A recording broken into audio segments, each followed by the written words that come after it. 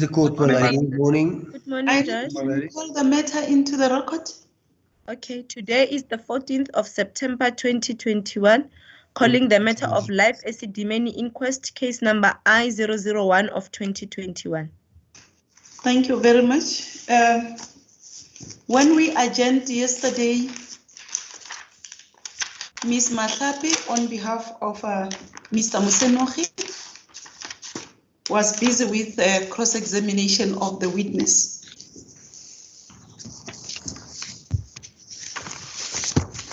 That is correct, my lady. Just before you proceed, I see there are two hands. I don't know whether it's the evidence leader and Mr. Hasim.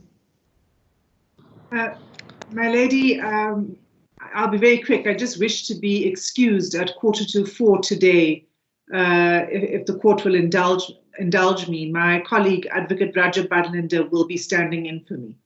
At 4:45? Yes, my lady. No, thank you very much. Thank you, my lady. Mr. Late?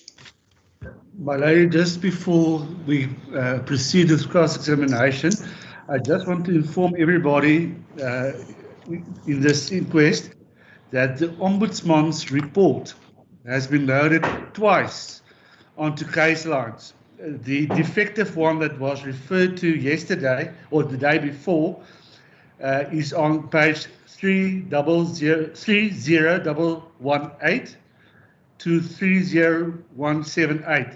The Just people must refrain. Just a second. The first one, it's on which pages? 30118 Yes. to 30178. That one is defective and should not be referred to. The one that they should be using is 30179. Yes. To 30228.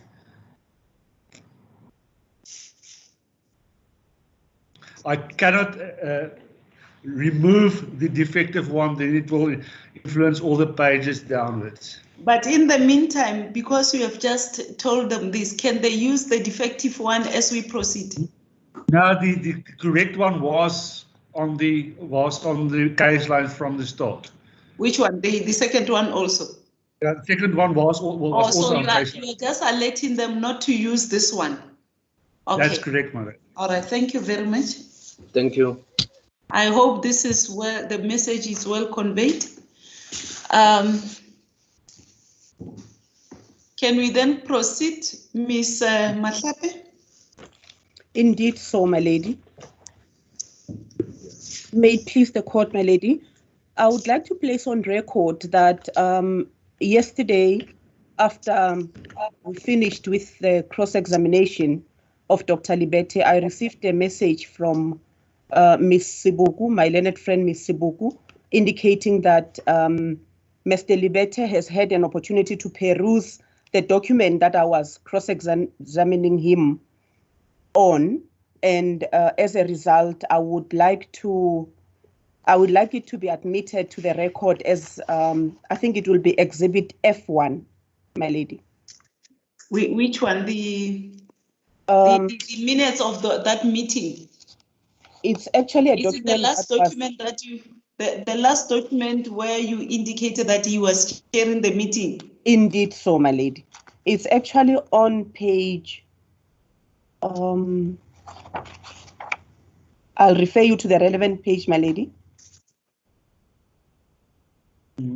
My lady, yes, I've noted you, Mr. 33190. I've noted you. Page? 33190. This is the document that related to the meetings. Indeed so, my lady. Yes, Mr. Late. the exhibit number should be Exhibit E3. That should be Exhibit E3. That's correct.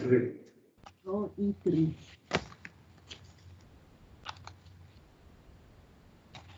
I take it that there is no objection in the statement, in the document being handed in, and the document is therefore marked Exhibit E3.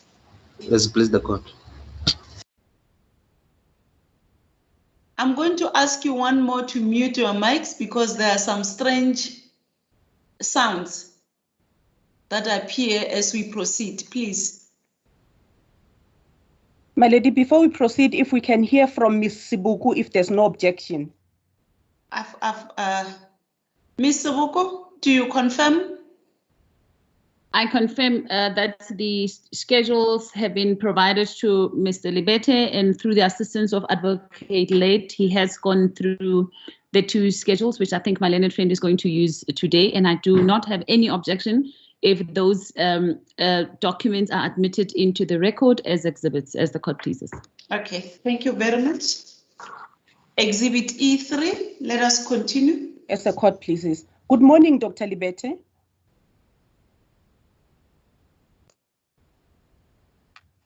Where is the witness? I don't see him. He's muted. He is muted. But are you able to see him? Is it me alone who doesn't see him?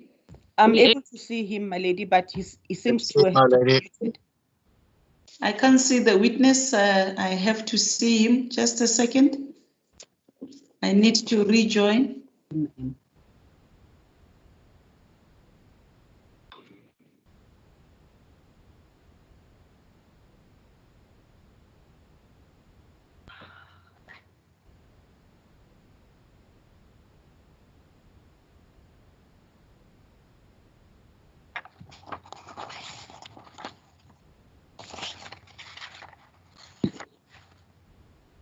Good morning, Dr. Libete. Morning, my lady. Yes, I just want to remind you that you're still under oath and that your evidence will continue as you are being cross-examined by Ms. Matlapie. Dr. Libete, will you please appraise the court with this information? I know that you have been cross-examined at length as far as the hierarchy in the department is concerned. Now, if you can tell us, Dr. Libete, were you part of the executive leadership of the Department of Health at the time when you were acting DDG and thereafter when you were DDG? Yes, I was, my lord. Just hold it there.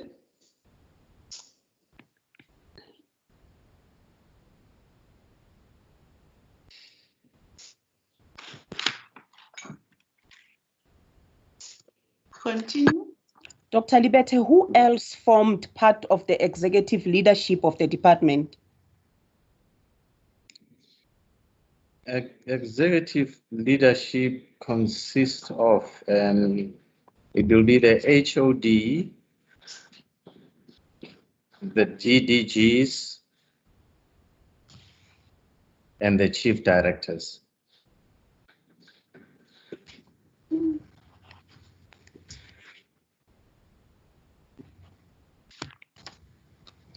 And will I be correct to say that being part of the executive, you sat in decision-making meetings with the head of department and the MEC?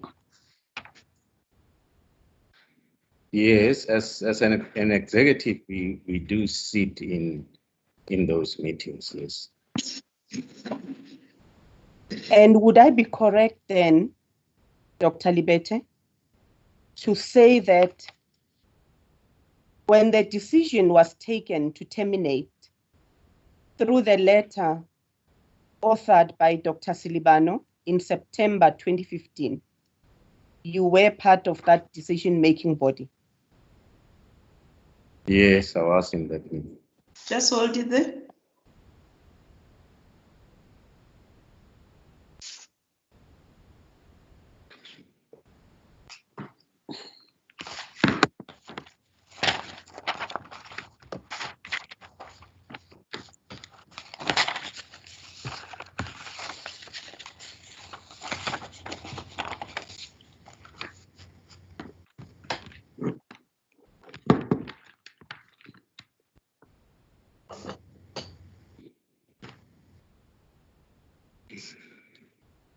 Yes. Dr. Libete, Mr. Musonohi will come and testify that yourself as the DDG at a point in time during the project. Your functions entailed overseeing service delivery, and you were supported by HR, which is Human Resources, as well as the Office of the Head of the Department. Is that correct? You mean in as far as the project is concerned? Let us first go to the broader overview. The broader overview, where did your functions entail overseeing service delivery? Yes, generally my functions did include that. As I have stated in the structure, yes. Yes. Now, at the time when you were testifying and you were explaining or outlining the hierarchy, you ended up with yourself as the DDG, then you branched out to demonstrate that you were CEO of Forensic Pathology Services. However, you did not take the structure as far down as Dr. Manamela. Do you remember that? Yes, and it's because it was said by the time I spoke about forensic pathology, I was specifically requested to follow the forensic pathology line because we had previously spoken about the other DDG side. But yes, it's true. Now, Dr. Libete, let us start from the bottom in that hierarchy. Let us start with Dr. Now, I'm referring specifically to the hierarchy of clinical services. You understand? Yes. Let's take it from the bottom, from Dr. Manamela. Who did Dr. Manamela report to, and who did that person report to up until the DDG level? Just be slow with your questions because other people are taking notes. Indeed so, my lady. So where should he start? He should start from the bottom, from Yes. Dr. Manamela. Yes. The Director Mental Health, which is Dr. Manamela, reported to the Chief Director Hospital Services. And the Chief Director Hospital Services was reporting to the DDG. Just hold it Clinical Services.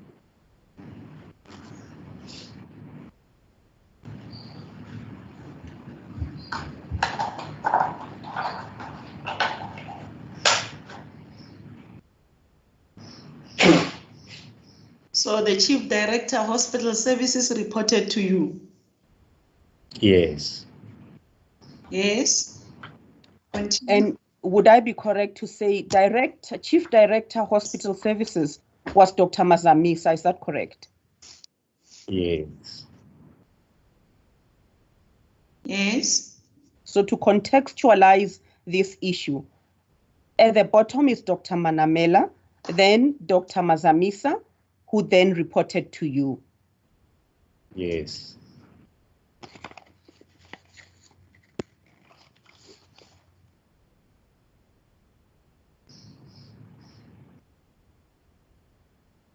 Continue, ma'am. Now, Dr. Libete, a policy decision, when it's taken at MEC level, and in this case, a policy decision that involves terminating the SLA between the Department of Health, Gauteng Department of Health, and Life Esidimeni was taken. Who then is responsible for implementing the implementation process of this policy?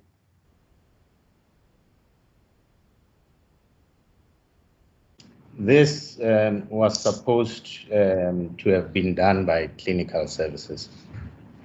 Just hold it there. Maybe firstly the HOD as the overrunner and then flow down to clinical services. Just hold it there.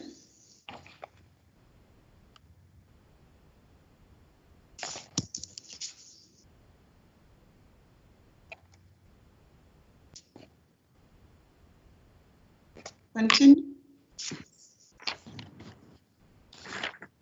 Clinical services was led by the DDG, which is your office. Is it correct, Dr. Libete? Yes.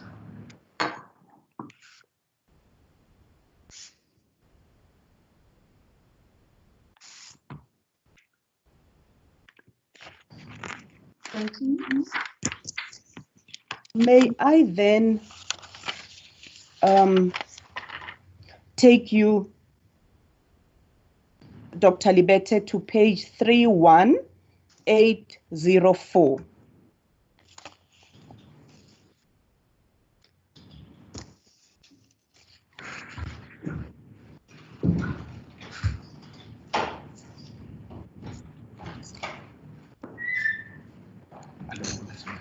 Three 1-804.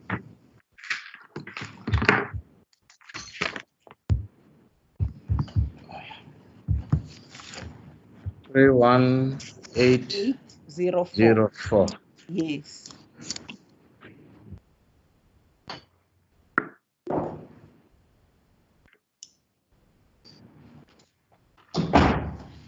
Yes, I am there. Looks as if the Just wait for me, just a second. Just Please. a moment, my lady. Okay.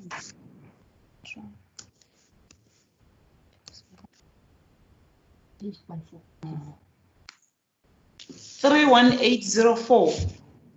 My lady, I remember previously we were informed that the pages have actually changed by 4 pages. So I am trying to establish whether it would be at 31808, my lady. May I just have a look? That's fine.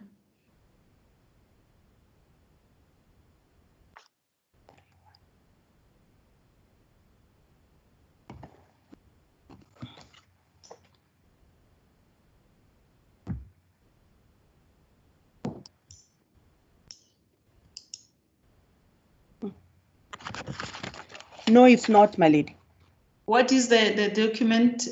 The document, my lady, is an email from the MEC, former MEC, Mr. Dani Mahlangu, which was addressed to Dr. Silibano, the HOD, as well as Dr. Libete. Yes, maybe the others, can you ask the evidence leader and the others to assist?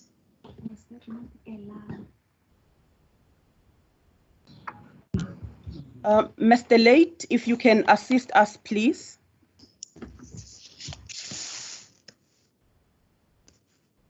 Can you, in what section was this document? Was it part of the documents that were handed in? We can hear you, Mr. Late. Where were the documents? Where does this document come from? It was actually from the transcripts of the arbitration, Mr. Late. Say again? From the transcripts of the arbitration. From the transcripts of the arbitration? Yes. And what is the exhibit? What is the exhibit's name? Allow what? I will come back to it. However, it's very crucial for my questioning going forward. While you're busy, I'll have a look. But if you can give Mr. Lady the date of the document, because we're having lots of emails. In the previous case lines, it was page number 31804, and the date of the email is actually the November 26, 2015. And you said it was from Dr. Manamela? No, it was actually from the former MEC, Mr. Danny Mahlangu. Okay. I beg Can I leave have a of the look? court to read the entire email, and then I will not request that it be made an exhibit until Dr. Libete has had sight of that email, if it pleases the court, my lady. Oh, you've got it in front of you? I have it in front of me, my lady. And to assist Mr. Late, I will also ensure that this document is uploaded as soon as I've finished reading it, my lady. We'll scan and email it. Okay. As the court pleases. Dr. Just go Libete? slow so that the witness can be able to listen attentively. Indeed so, my lady. All Dr. right. Libete, I have to first apologize to you that you don't have this document in front of you. However, I will read it word for word as accurately as possible, and I will read it slowly so that you understand. Is it okay, Dr. Libete?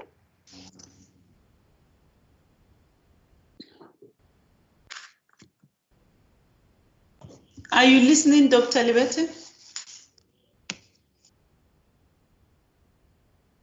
He's muted. You are muted.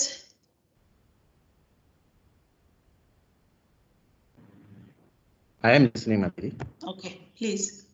I'm going to read this email out. Please listen carefully, Dr. Libete. This email is from the former MEC, Mr. Danny Mahlangu, and it was sent on Thursday, November the 26th at 12:36 p.m. The year you said is 2015. 2015, my lady. At what time? 12:36 p.m. Okay. This email is directed to 1. Richard Libete.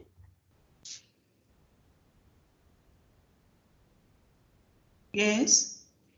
Bani Silibano.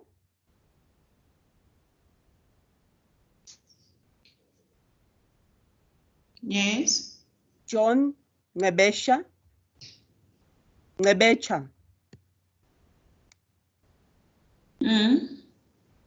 Makabo Manamela.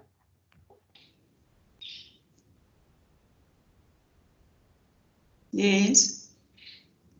And the subject is titled Urgent. SADC letter regarding termination of contract with Life Esidimeni.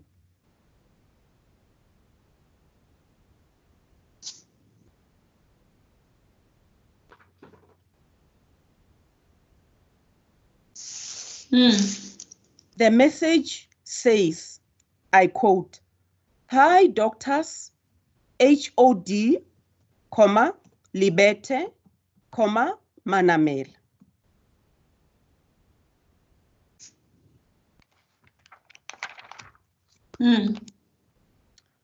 It goes further to say, please get out legal team to get involved in this process.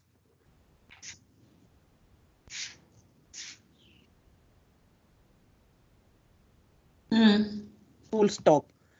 Then it says, HOD and Dr. Libete, you have to drive this process to provide leadership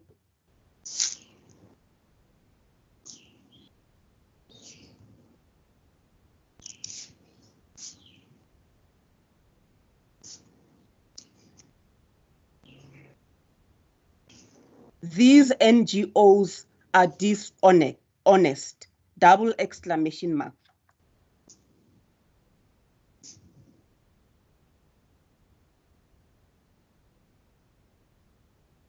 It concludes by saying, please treat this urgent, Sedani.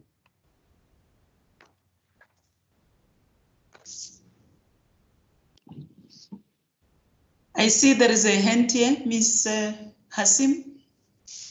My lady, I just, in order to assist the court and my learned friend, the email is to be found at page 31638 of the records.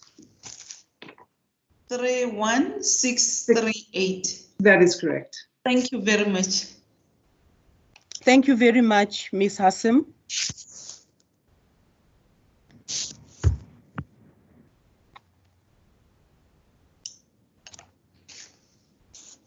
Indeed, my lady, it's actually in the middle of page 31638. Yes, I got it myself. Do you have it in front of you, Dr. Libete? 163738 in the middle. In the Yes. middle, yes. It starts Yes. by saying, hi, doctors, HOD, Libete, Manamel. Yes, I see it. Do you want a moment to read it? You have already read it, I think. As it pleases the court, my lady. Now, my question as far as this email is concerned, Dr. Libete, is that if you look at who this email is directed to, Mr. Musono, his name is not there, so he's been excluded from this email. Do you agree with me?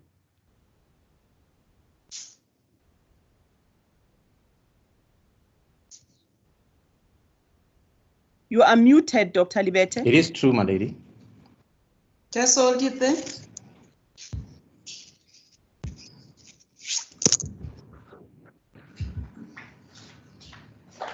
Yes. No, I'm not. No, And now we- you are not muted. You were muted. Now we can hear you. And will you agree with me that by that time, the 26th of November 2015, Mr. Musonohi had already been appointed as project manager? Yes. Just hold it there.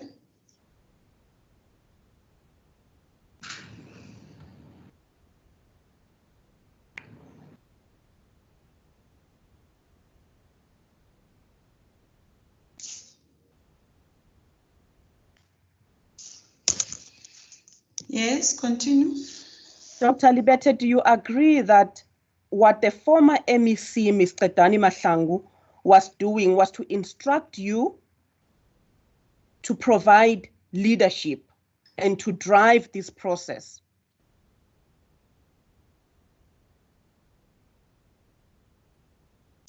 Yes. Now Just a hold second. that Just thought. a second.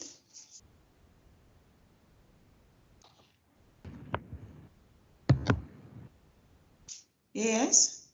Hold that thought, Dr. Libete. We will come back to this email. We will refer, most of the testimony will be based on this email. So just hold that thought. I just want to record this page number.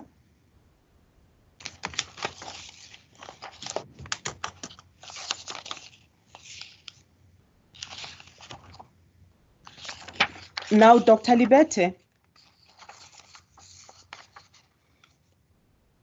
let me take you to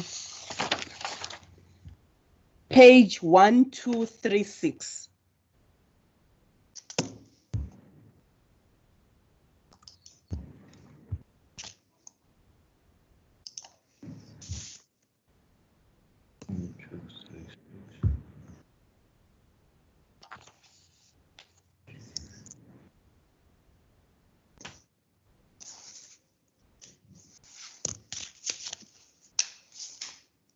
Does the witness have the page? Do you have the page, Dr. Libete? Yes. If you can go to bullet number 2. Let him first look at the document. Indeed, so, my lady. I beg your pardon, Ms. Matlape, I missed the page number. 1236. Thank you.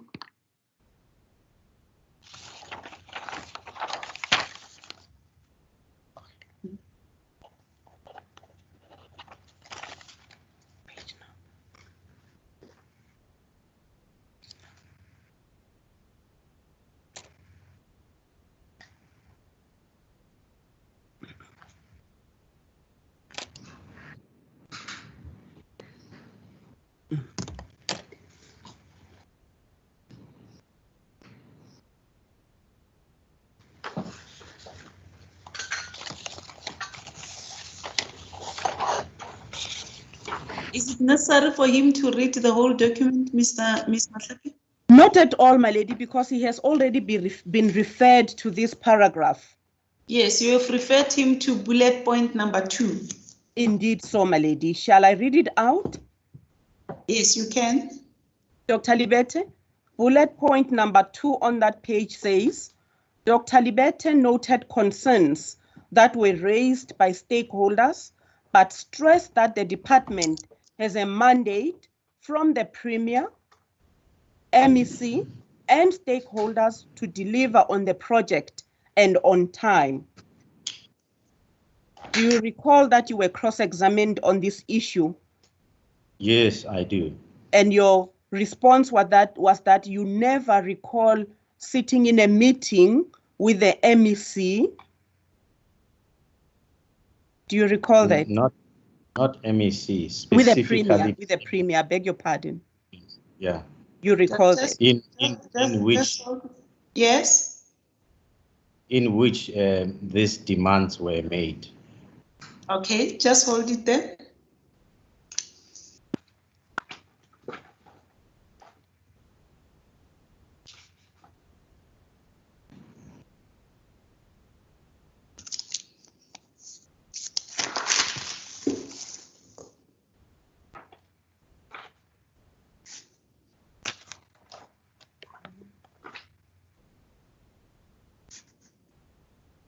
Continue. And to be fair to you, Dr. Libete, your answer went further to say that you are of the opinion that the minute or the person that was taking down this minute did not capture accurately what was said. Do you remember that? Yes.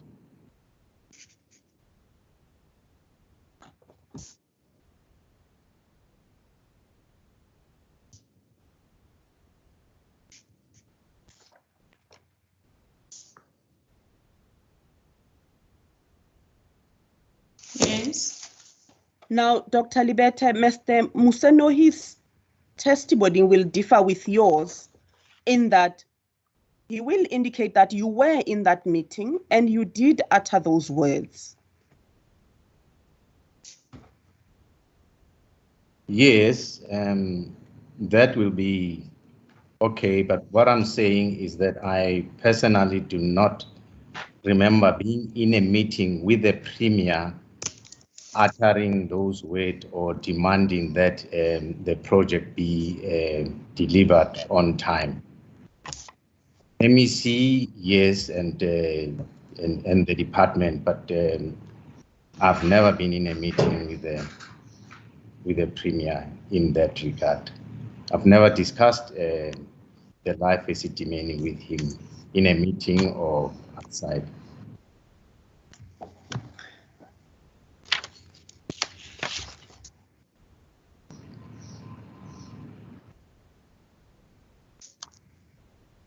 Yes, continue.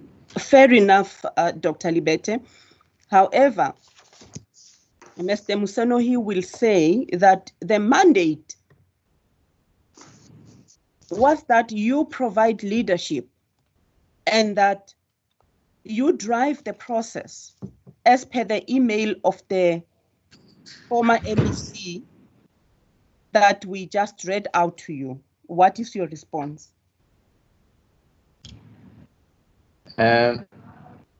My response is that although that may have been the mandate, but as I've explained earlier on, the people who had specific responsibility, particular responsibilities in the project that were stretching, were those that didn't have other broad responsibilities like in the running of the department, and hence the request that I had made earlier on in the initial meetings that I be called in as and when, because it would have been very difficult for me to run the project simultaneously as the other part of the department. I was bound to lose out as I did in many occasions, as it happened.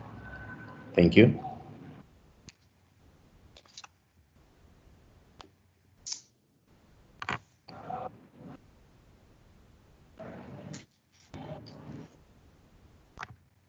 Continue.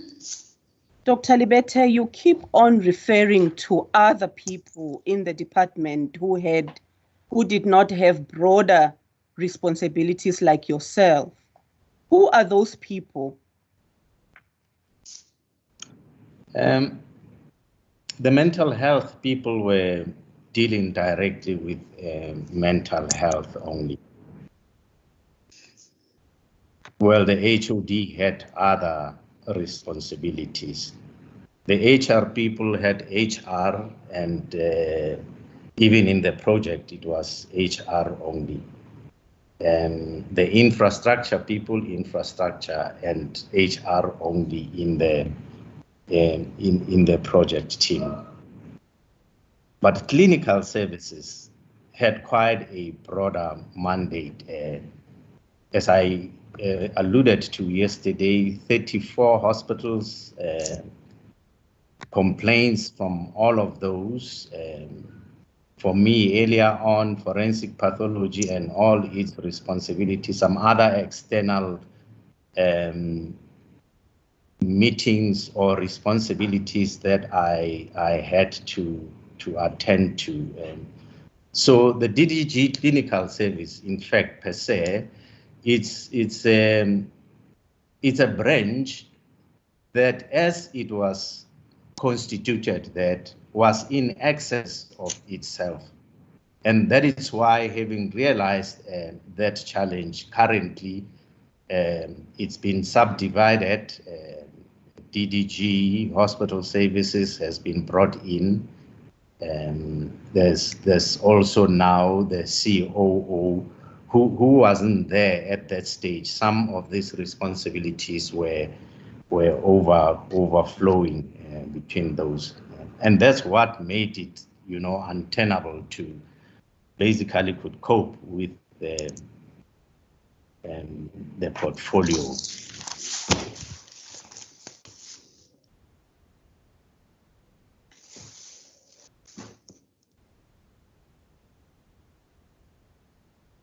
Thank you.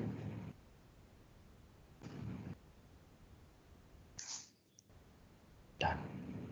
Continue.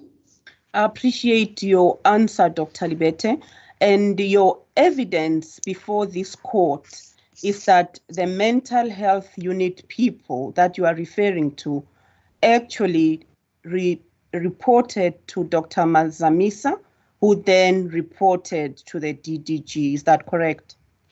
Yes, that's true.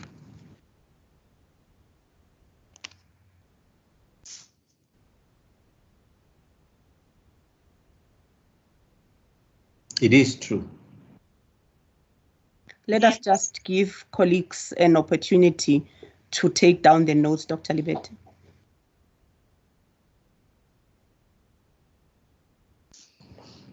Yes, you may proceed. And do you mind to give the names of these people who comprise of the mental health unit? Well, it's led by Dr. Manamela and her team, and it's a team of deputy directors.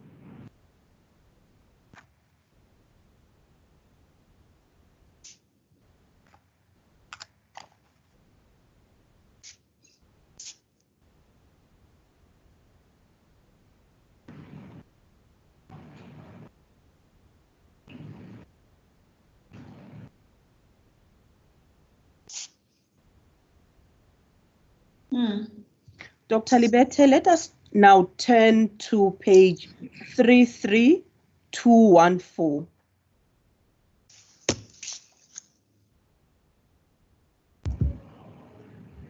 (33214).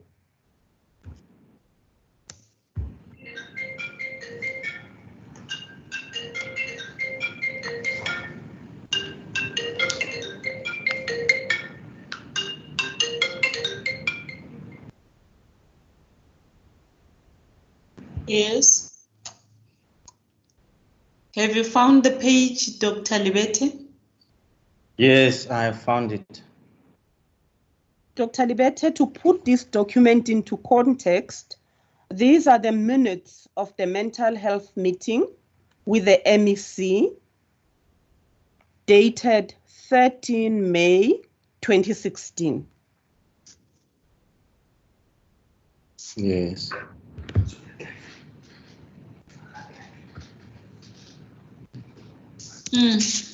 And I will refer you specifically to page 33217. It's page 4 of those minutes. Hold on.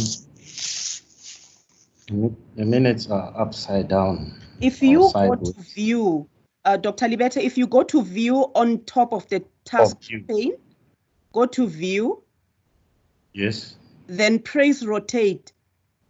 There's rotate right and rotate left. Can you see that? Rotate. Yeah, so that you don't have Then to. It cuts them when I do that. It's fine. What you actually do, Dr. Libete, with 2 fingers on the mouse, which is in the computer, you just move it, slide it left or slide it right in order to read. You Hold see, on just a minute. I'll give you a moment. My lady, Yes, you may assist. thank you, my lady.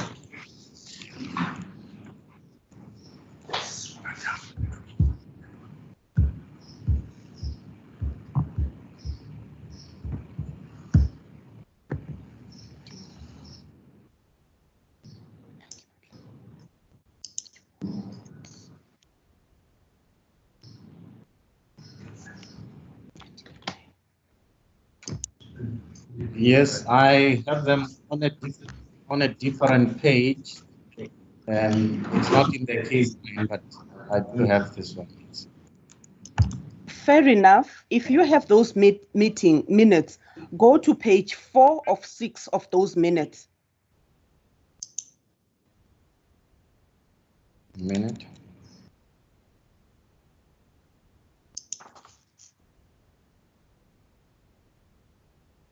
They have the numbers on the sides. That will be number. That would be number C, placement and NGO beds report. Okay, yes. If you go down to comments, you see the subheading comments? Yes. And if you go down to bullet number 4.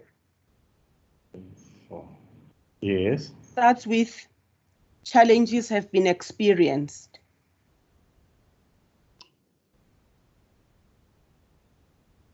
Yes. Can you see that? I'll give you a moment to read it. Are you there, my lady? Yes, I'm there. As the court pleases. Will you take a moment just to read just that bullet? If you can just read from comments. From comments. Yes. Indeed, so, my lady.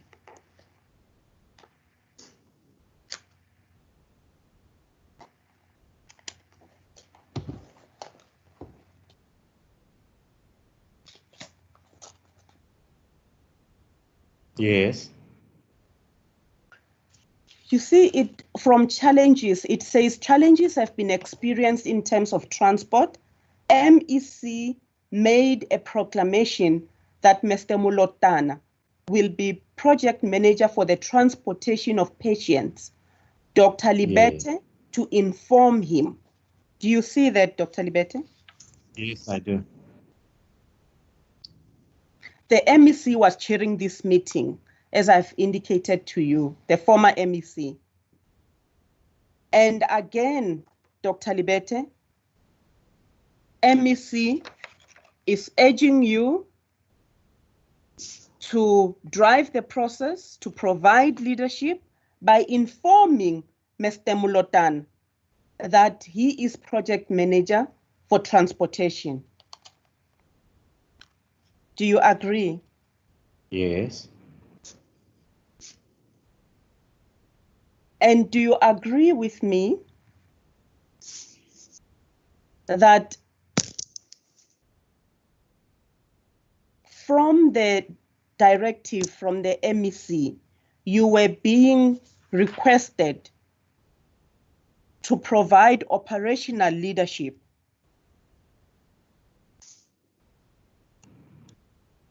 Yes, I hear that.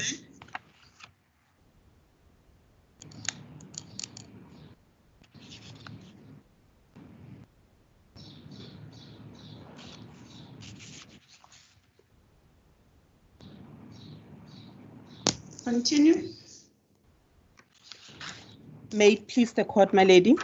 May I then, Dr. Libete, take you to page 1213.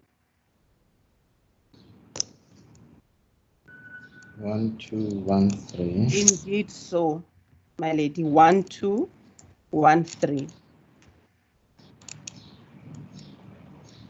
A minute. Okay.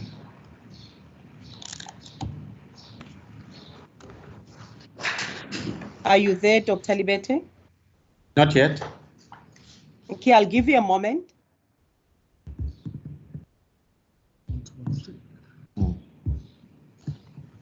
Went here to 92.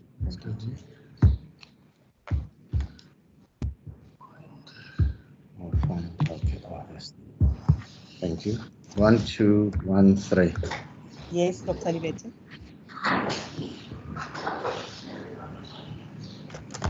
Yes. And to put context into this document, Dr. Libete, these are the minutes of the project team dated 10 December 2015.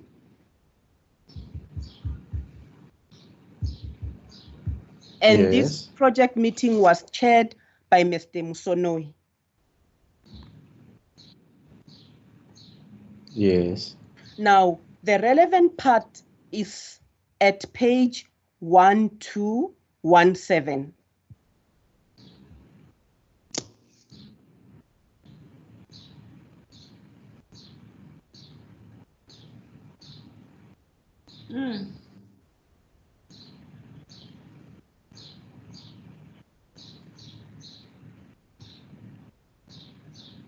Are you there, Dr. Libete? Yes. Yes, Look at item number 7.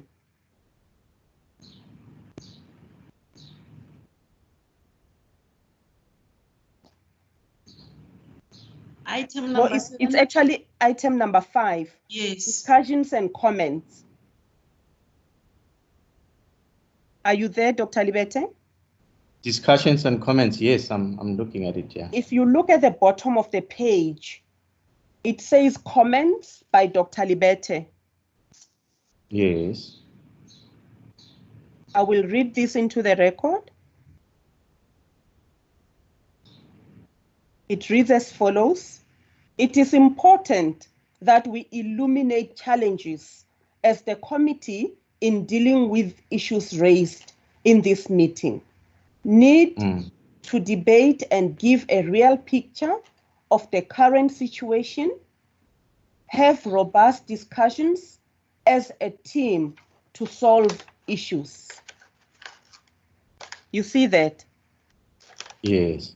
Now, if you turn over to page 1218, it's just the following page, continuation on comments.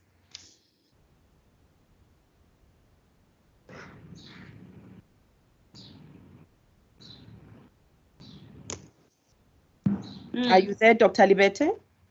Yes. It says need to have a vision of endpoint with activities involved, also putting challenges as well. Need to have a full view as to present to our principals. The question of the SLA gives the department an opportunity to tie them up. The department should not make it easy for them. The SLA should demand the information the department needs. You see that? Yes. And most importantly, let's go to item 7 on that page, closure. Is it on the, I think, which page now? 1218, the same page, my lady, We 1218. have item 7 because I see item 6, way forward. Where is Way the, forward. The one that says closure. It should be right at the end. I don't have that, I don't know, because from there it's 1219. My lady, I see that those minutes, that page is missing from case lines. Confirm we don't have it.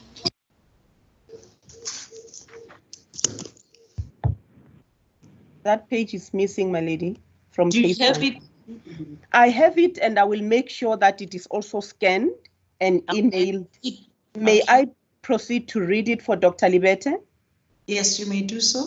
Dr. Libete, I apologize to you that you don't have this passage in front of you. However, please listen attentively. It reads as follows. Dr. Libete thanked everyone present and said that the meeting was productive. He emphasized that the department is not withdrawing from Life Esidimeni, but strengthening the department's mental health program at all levels of care.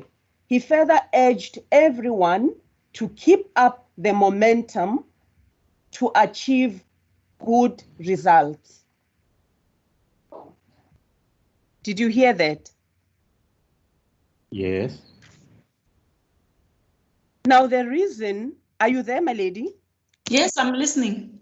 Now the reason I read this passage to you, Dr. Libete, is to demonstrate that you indeed took heed of the MEC's directive that the HOD and Dr. Libete have to drive this process, have to provide leadership.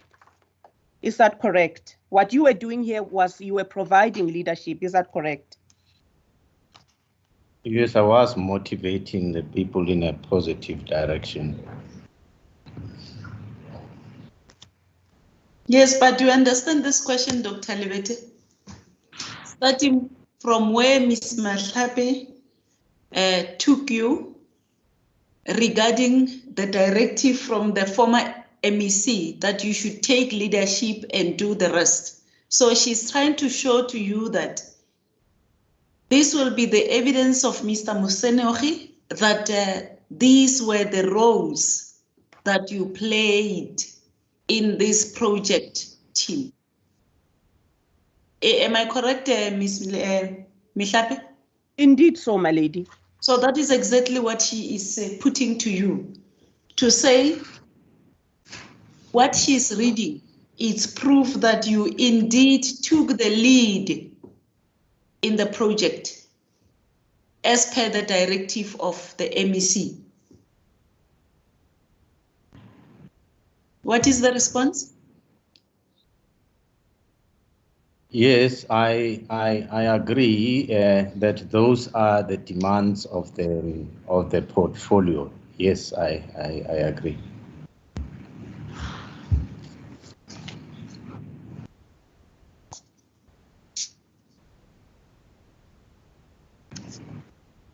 Continue. Thank you, Dr. Libete. Now, still on these minutes, where you say need to have a vision of endpoint with activities involved, also putting challenges as well, need to have a full view so as to present to our principals. Who are the principals that you are referring to? The MEC.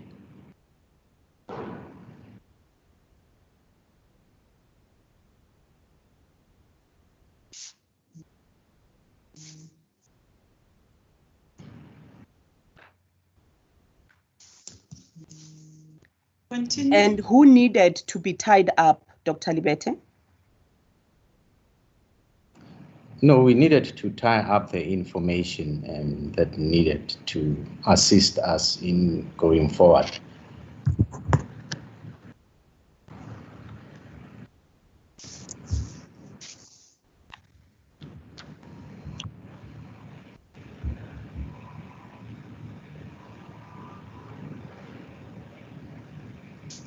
Yes. I still have a few questions for Dr. Libete, my lady. I see that it is 3 minutes to 11. I propose, my lady, all due respect, that maybe this is an opportune time to take tea adjournment so that when we come back, I can start with the new section, if the court is amicable to this. Okay, can't you start and then we break at 1:15? I don't know. I see there is a hand. Was it Mr. Late or did you forget to put your hand down, Mr. Late? No, it is my lady. Just speak, please. Yes. The pages that my just referred to is on case lines. It's fully loaded. Come I don't again? know where because it's open on my side. I can't hear you properly. The pages that your ladyship said that you do not have is loaded on case lines. It's open on my side of case lines. On which page? 1217 to 1218. Can I quickly look at them? I don't know whether the witness had them. Yes, he had them. No, the pages are there, but I think he referred to item 7. Yes. That is what I It is don't there. have because my page 1218 ends with item 6 titled Way Forward and Action List, and it has got Roman figures 1 and 2. And it even says on the last on the page that this is pages 6 of 8. Yes. And then from there, the next document is 1219, and it contains I see where the problem the was. other minutes, The part that she had read is between pages 1217 and 1218. The comments by Dr. Libete. Yes, those I've got. Okay. The comments by Dr. Libete are on page 5 of 8. But now the problem is I don't have page 8. 7 to 8. 7 and 8, okay. Yes, I don't know whether the witness has that. No, I don't know. I don't know. I uploaded what was sent to me, my lady. Okay, all right. Please just check if I think Ms. Matlapi has got all the documents. I thought when you raised your hand, this was in relation to the tea break, but I think because she's saying that she wants to start with a new aspect, perhaps we should take a break and then come back at 11:15. The witnesses won't. Thank you very much. We will then take the tea adjournment and we'll resume at 11:15. Thank you. Please, my lady. May it please the court, my lady. Yes, please the court, my lady.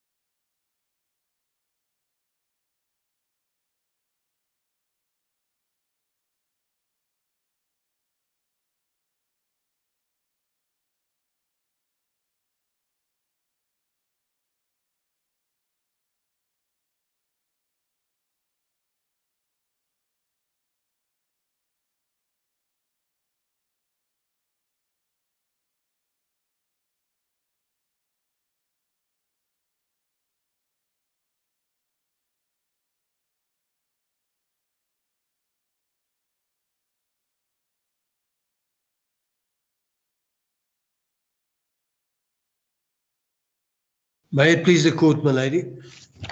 May it please the court, my lady. Where is the witness?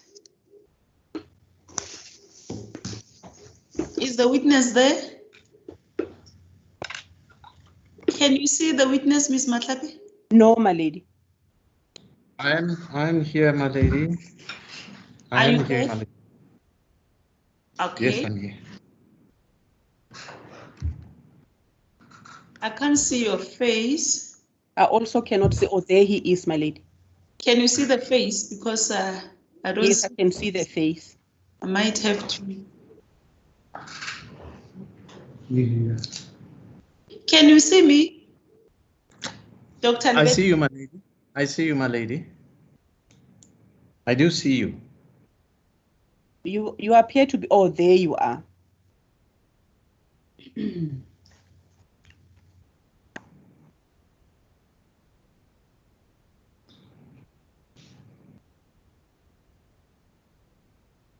My lady, before I proceed, I see there's a hand by Miss Oka. I see there is a hand somewhere. That's fine. I've noted the hand. Just want to put my things in order. Yes, Ms. Oka. My apologies, my lady. I wanted to indicate that I could not see Dr. Libete, but I see him now. Oh, you also had the same Yes. problem. Okay. Yes, my lady. Thank you, my lady. Yes, the witness is reminded that he is still under oath. You may proceed, Ms. Matlapi. May it please the court, my lady. My lady. What are your initials, Ms. Matlapi? Is B. B for? B for Benedict. Oh, okay. All right. Thank you very much.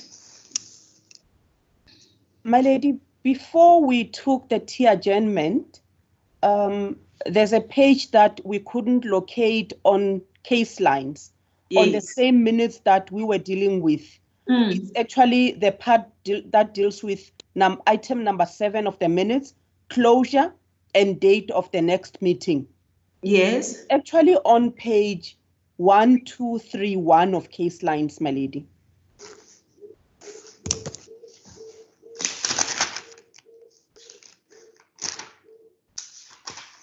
Dr. Libete, if you can go to that page, 1231. 1231. Indeed so, my lady. A minute.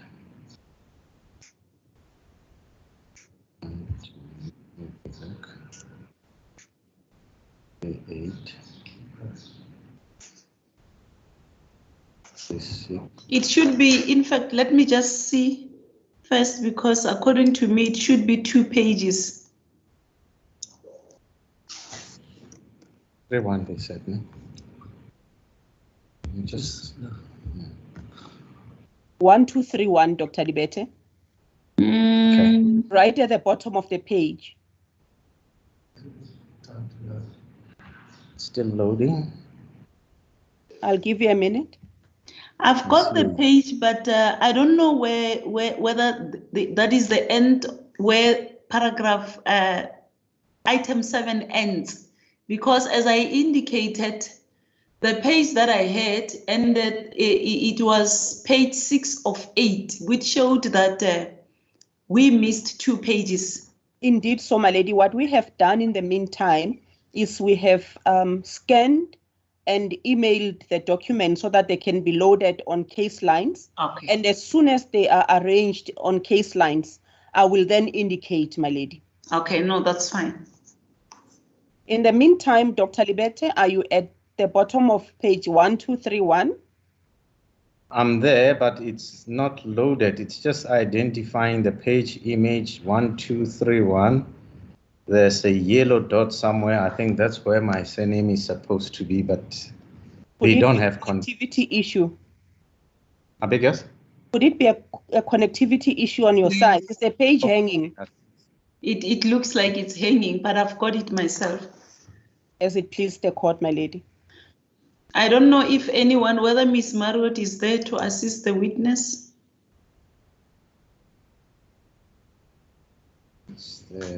Is it still hanging? Please, the pages are there, but they don't have content. My lady, Yes. I have just sent the page by WhatsApp to Mr. Late. If he's in the same room, he could just show his WhatsApp message to Dr. Libete. Okay. It's not necessary to bother with that, my lady. Yes. Dr. Libete can meantime use my computer. I'm just going to switch computers. Oh, you have the document yourself? I have it, my lady. Okay.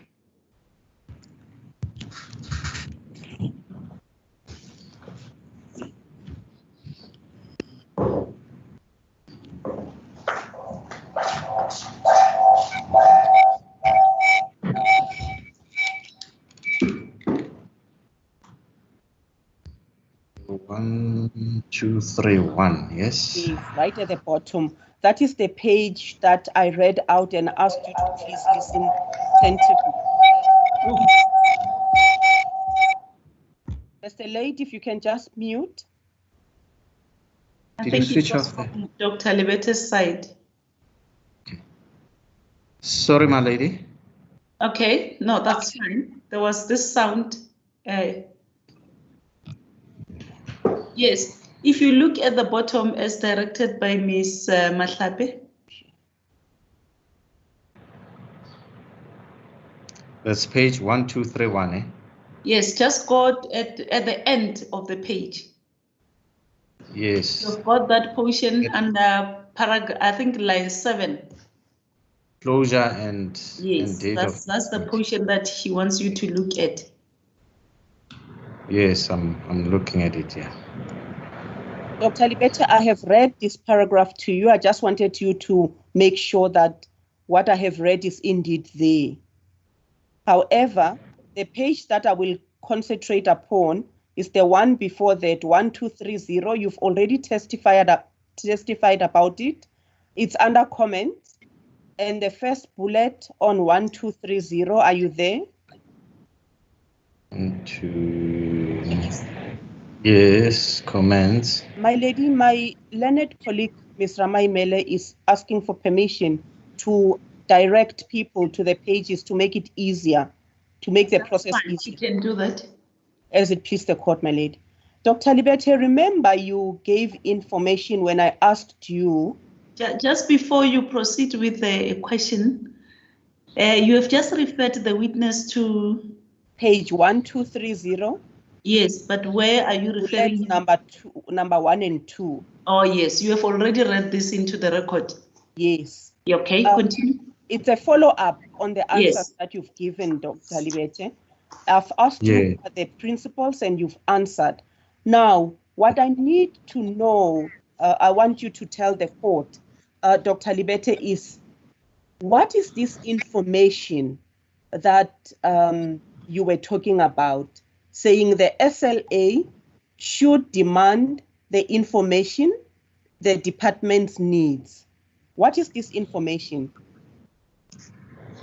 I don't seem to understand that, because the SLA is the service level agreement. Yes. Which must already have been signed at that stage. Yes. And it becomes a difficulty if it's then we say we are giving new things to the SLA which is not signed. I really don't understand, and the question of the SLA. No, don't worry about it, Dr. Libete. It's not a train smash. Let us move on, and let me direct you to page 1478. But before you okay, it's just that I don't understand this. I see even bullet number 3 says the question of the SLA gives the department an opportunity to tie them up. And you dealt with this, I think, previously. Yes. The department should not make it easy for them. The SLA should demand the information the department needs. Yes, my lady. Yeah, it doesn't come clear. Maybe he is the one who must assist us here. Will you assist the court, please, Dr. Libete? What were you referring to here? Especially bullet number 3. It really doesn't. SLA. And I'm saying it really doesn't make sense to me, even when I'm said to be the one who said this word. Because an SLA, it's a live document that doesn't get changed on daily basis.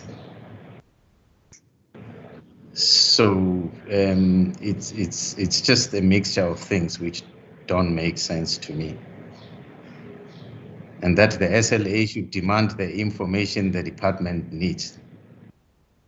It's not a live document that you can send to go and request information. I really don't understand this. But when you say, when it is recorded here that you say the question of the SLA gives the department an opportunity to tie them up. Yes. The department should not make it easy for them. What is it meant by this? Unless if it's a new SLA, like I say, it really doesn't make sense. It really doesn't make sense. Not to me, at least, although it's said I'm the one who said this word. Because the SLA is for interpretation and implementation, because it's there and alive.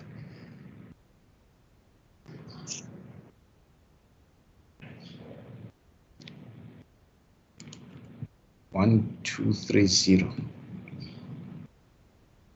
Continue, Ms. Matlapa. As it please the court, my lady.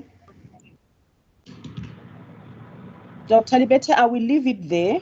If you can go, please, to page 1478.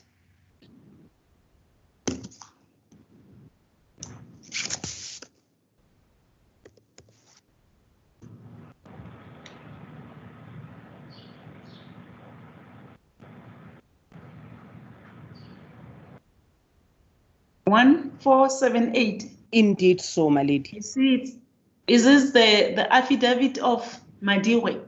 Indeed so, my lady. Okay, but it starts in the middle. The page that you have just referred him to starts in the middle. It starts in the middle. This is where it refers to him, my lady. Okay. I'm sorry to intervene, my lady. Yes, yes. Can I just change chairs again? Mr. Late? Can you change chairs again, my lady? I can't hear you. There's something wrong. Okay, Just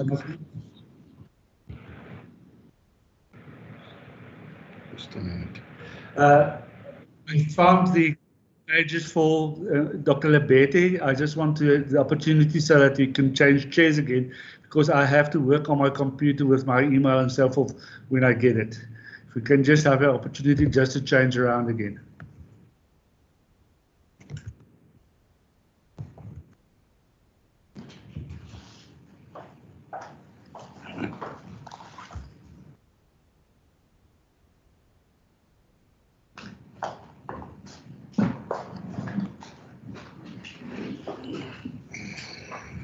What page is that? In the meantime, Dr. Libete, speak to the court, not to Mr. Late. I think you're looking for the page. It's page 1478. 1478. But you've changed it again.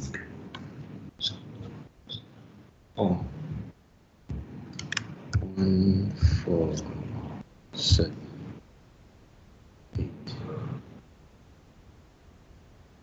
Search. No. What did you do, Mr. Late? I think. Okay. 1478. Yes, yeah. Yes. Would you like him first to familiarize himself with the pages? With the paragraph, my lady, okay. Paragraph 5. You can refer him to the specific paragraph. Dr. Libete? Will you please read paragraph 5 so that you can get the context of what? Paragraph 5, so that you can be able to put things into perspective. Are you there, Dr. Libete? Yes. Please, I'll give you a few moments to read paragraph 5.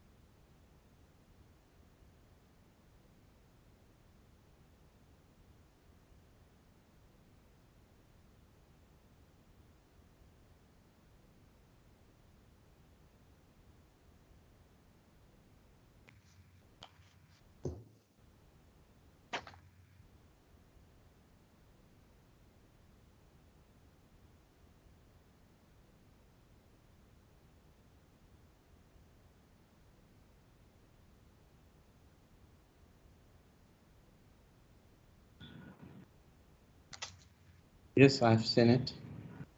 Thank you, Dr. Libete. Dr. Libete, do you know Dr. Tebe Madikwe?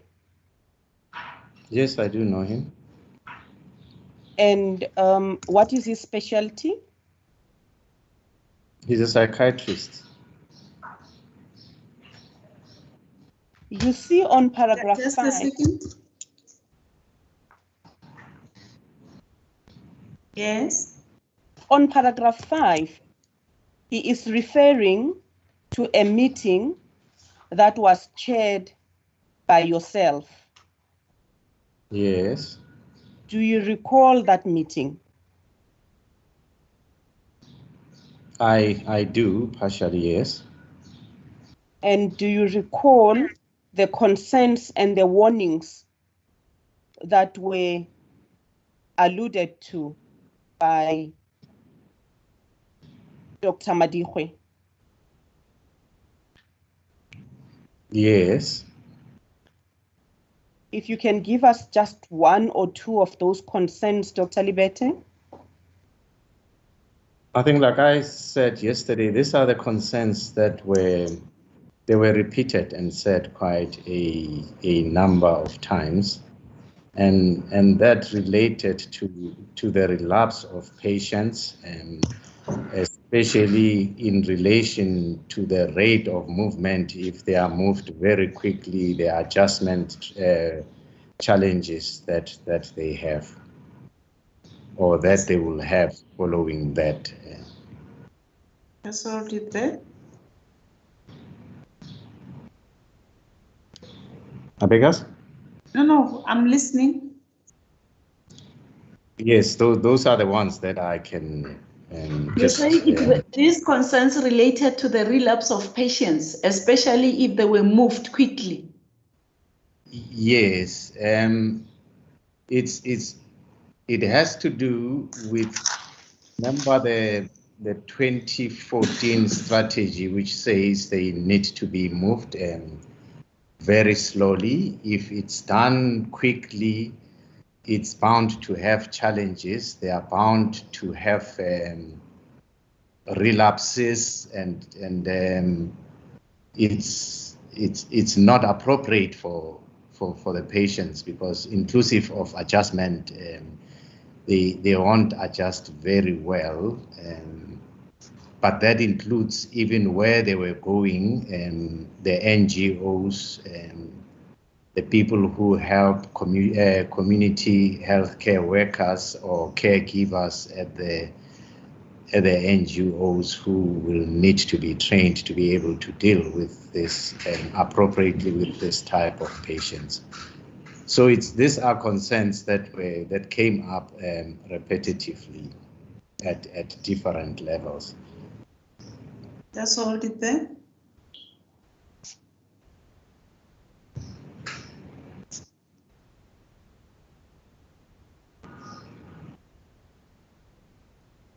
Continue, Ms. Matlepe. As it please the court, my lady. Dr. Libete, if you can go to line number 7 on that paragraph. Line number 7 from the top. It starts with Dr. Libete. Yes. It says Dr. Libete indicated that he would escalate our concerns to his principals with the hope that they would be taken into consideration. You see that? Yes.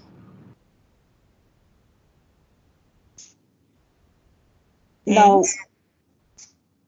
who were the principals that you were to escalate these concerns to? It was the HOD, I think.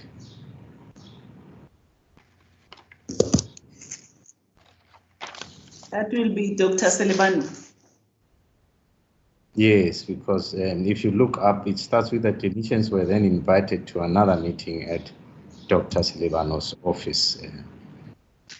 Okay. I didn't invite the clinicians, so, and when it was his office, then it means that's my senior whom I had to report to. Fair enough, Dr. Libete. Did you then escalate these concerns to Dr. Selebano? Yes, this was reported to him about the meeting. Remember, this meeting was on his behalf. And so you are certain that the concerns were escalated to him? They were escalated.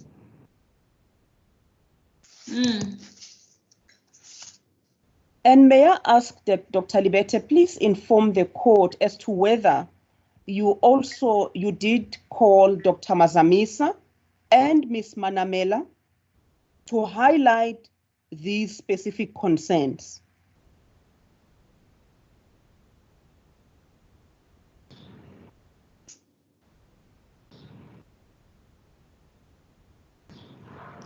By that, what do you mean, my lord?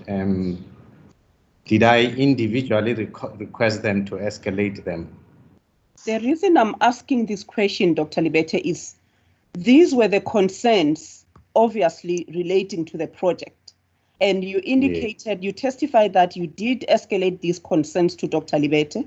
Did you then, as the DDG Clinical Services, call Dr. Mazamisa and Dr. Manamela to say there are these concerns that have been raised in such and such a meeting?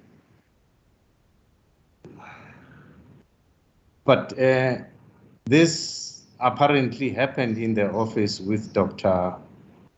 Mazamisa being present. It's saying the meeting was attended by CEOs of psychiatric hospitals. In the meeting, we presented our concerns and warning to Dr. Libete and Dr. Mazamisa.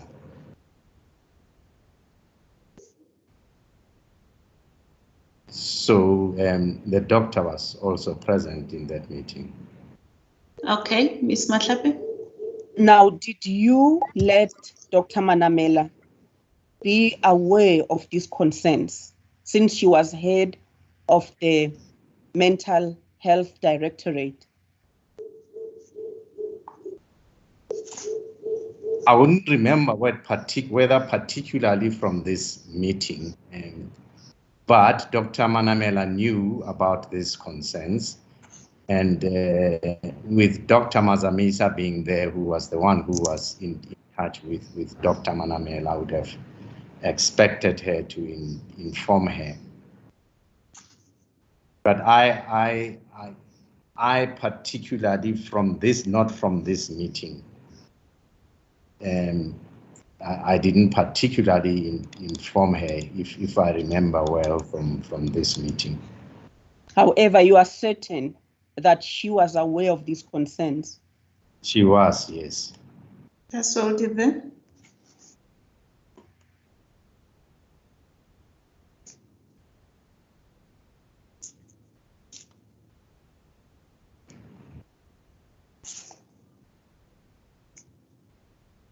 Yes, continue. May it please the court, my lady. Dr. Libete, May you please turn to page 1483.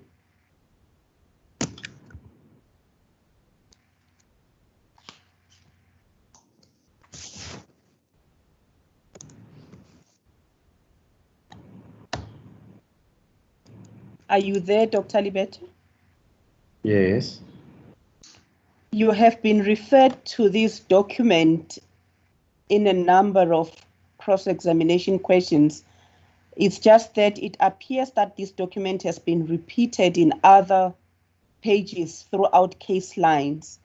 However, as you can see, this is a memorandum from the clinical heads directed to Dr. Manamela, and amongst the people who've been CC'd is yourself, and it's dated 28 April 2015. Yes.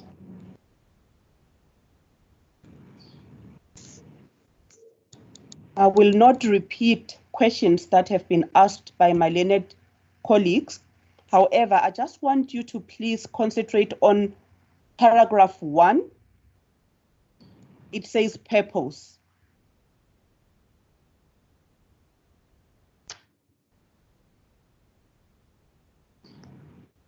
Are you there, Dr. Libete? Yes. May I read it out for you? Yes, Yes, you may. But I It see, says purpose, under the subtitle purpose, to outline serious concerns related to the reduction of beds at Life Esidimeni hospitals in Gauteng, and to request an urgent meeting with the Honorable MEC for Health, Ms.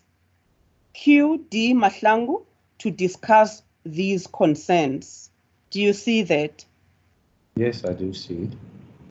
Do you have any knowledge, Dr. Libete, as to whether this particular memorandum did come to the attention of the former MEC, Mr. Dani Mahlangu, and whether a meeting was held concerning the concerns that were raised in this memorandum? I think there has been a meeting, not necessarily with heads of departments, which I do not, with the MEC, which I do not know whether it emanated from this memorandum or not. But basically, according to the hierarchy, if the HOD has this, it's the HOD who is likely to know whether this did reach the MEC or whether the meeting did happen. But yourself, this question is directed to yourself. Do you have any knowledge whether the memo came to the attention of the former MEC and whether a meeting was held in this regard pertaining to the issues raised in this particular memo? That is the question. If you don't know, you don't know. If you know, you just explain. No, I don't know if it did reach MEC. Just listen to the questions attentively, because sometimes the responses that you give, I don't understand. They just go to a different direction. If you don't know, you don't know. If you've got knowledge, just listen. If the question is directed specifically to you, answer yes or no, then you can start explaining. Okay. As it please the court, my lady. Thank you, Ms. Mehlape. We will then move on, Dr. Libete. I will refer you to page number 1104, 1104.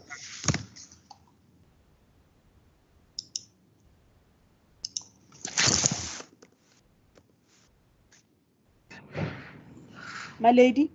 Yes. This page is not legible. You can't even see anything except the heading on top. The body you can't at all. You cannot see anything, my lady. However, if you look at the top of the page, this is an email, my lady, from Mr. Levi Musenogi. and it is sent on the 12th of February 2016. Yes. It is sent to the former MEC, Ms. Dani Mahlangu. Yes. And it is CC'd to Dr. Silibanu, Dr. Libete, Nkuna, as well as, who is the second? Nkuna, I'm told by Dr. Or rather Dr. Mr. Musenohi will say that Nkuna referred to here is the PA, or rather former PA to the former MEC, Mr. Dani Mahlangu. Okay. And it's also CC'd to Khanyisa.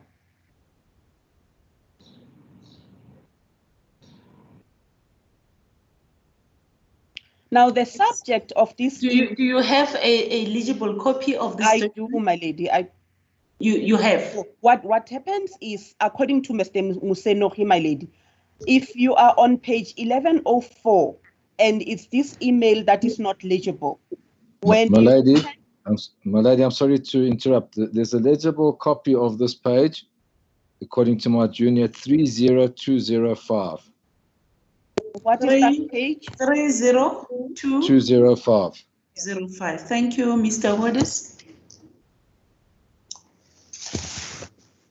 30205.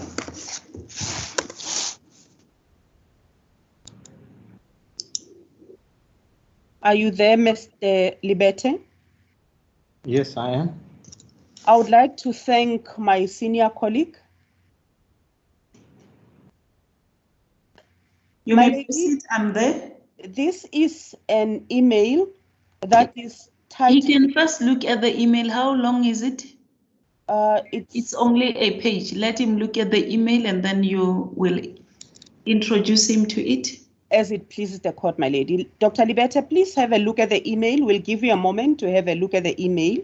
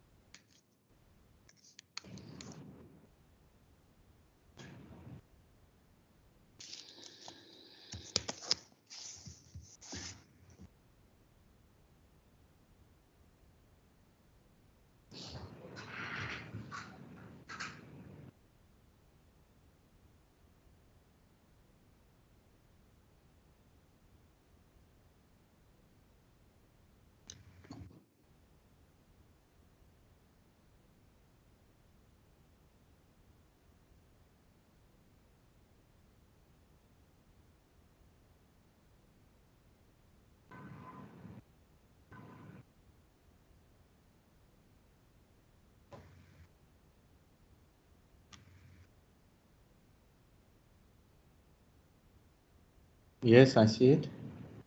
Thank you, Dr. Libete. Have you ever laid your eyes on this document, or is it for the first time you see it today? I think I've seen it before.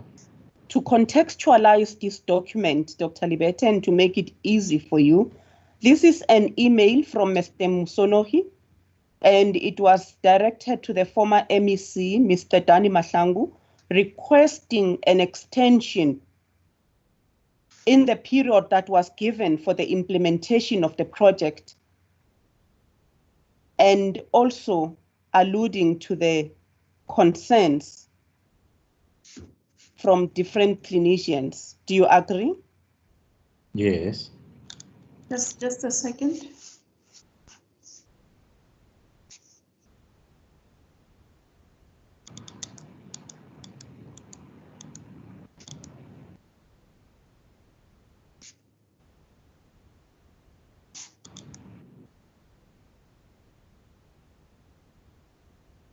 Yes, continue. And what is it that you know about this email in your own words, Dr. Libete? Question again? What is it that I know about? Yes, about the circumstances surrounding this email.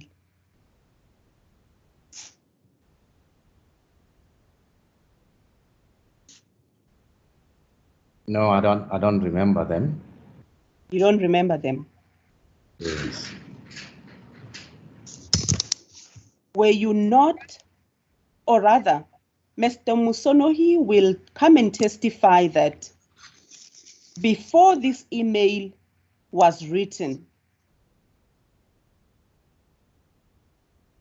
you were part of the meeting where Mr. Musonohi was trying to persuade the MEC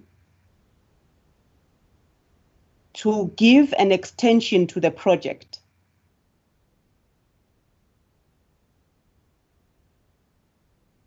Yes.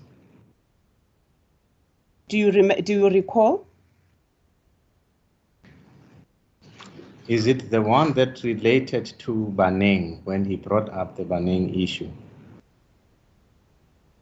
Yes, this is the one that also related to either procuring the two facilities, being Baneng, the two facilities of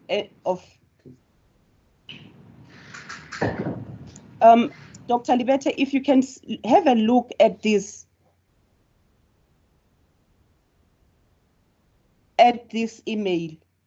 If you go to paragraph 7, it says our own renovation and maintenance work may take some time, especially at heritage sites, which might affect the number of beds available in March 2016. Yes. And when you look at the paragraph that starts below paragraph number 7, the first line says, from the meeting's in-depth discussions and my personal assessment as the program manager, Honorable MEC, I propose that the department seriously consider an extension of the contract to about 6 months, at minimum a year, maximally. You don't remember any meeting where such issues were discussed? Just before the witness answers this question, the reason why I would like to request you to look at the document before you are asked questions is to avoid you now having to ask the cross-examiner the questions in relation to the question that the cross-examiner shall have asked you. Now it's getting confused to us now. There is this question whether it is, does the question relate to Baneng?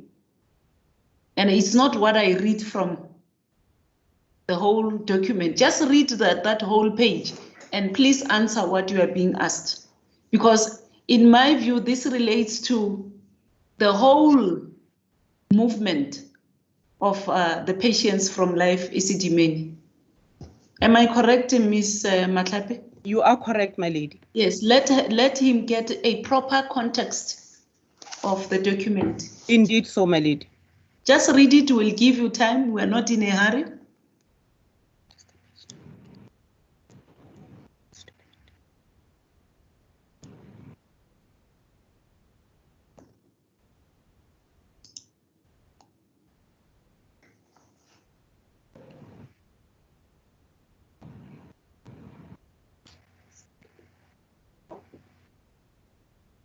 Yes, I've seen it. Have you satisfied yourself regarding the context thereof and all these portions that you have been referred to? Yes. Yes. My lady, before he answers, maybe Yes. just a point of correction there. Yes. The discussions that resulted in this email excluded the MEC. The email to the MEC was sent after these discussions. So what I want the witness to indicate to this court is, was he a part of those discussions? Yes, I was. Let's hold it there.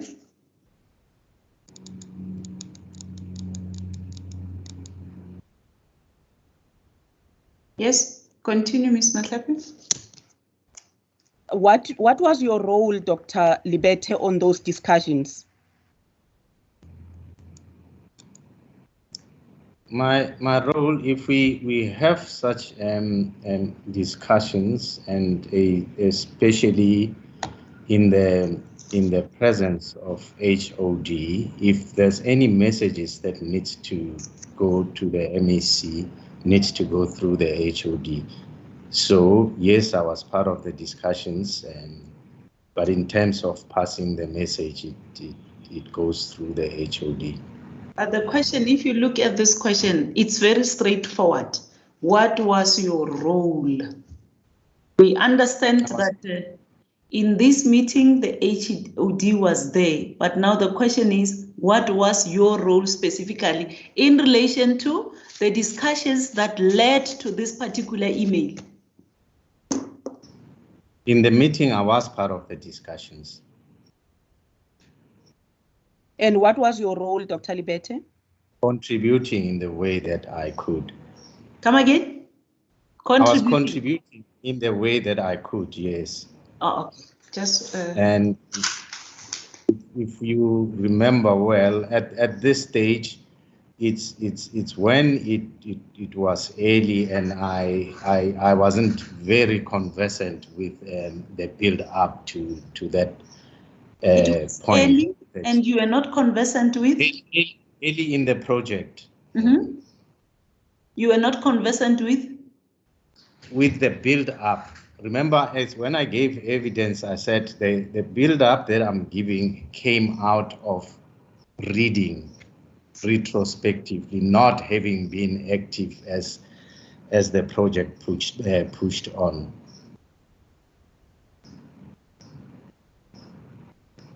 So I was contributing.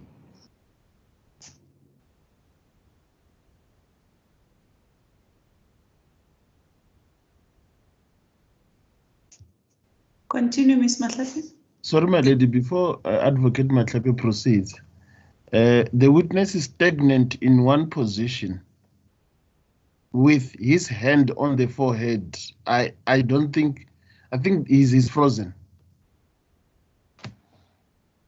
Let me check. Dr. Libete? Can you hear me? Yes, I hear you, my lady. Okay. The witness has not changed position for quite some time. If you can take a proper position, and so that we can just understand and see you as you are giving evidence.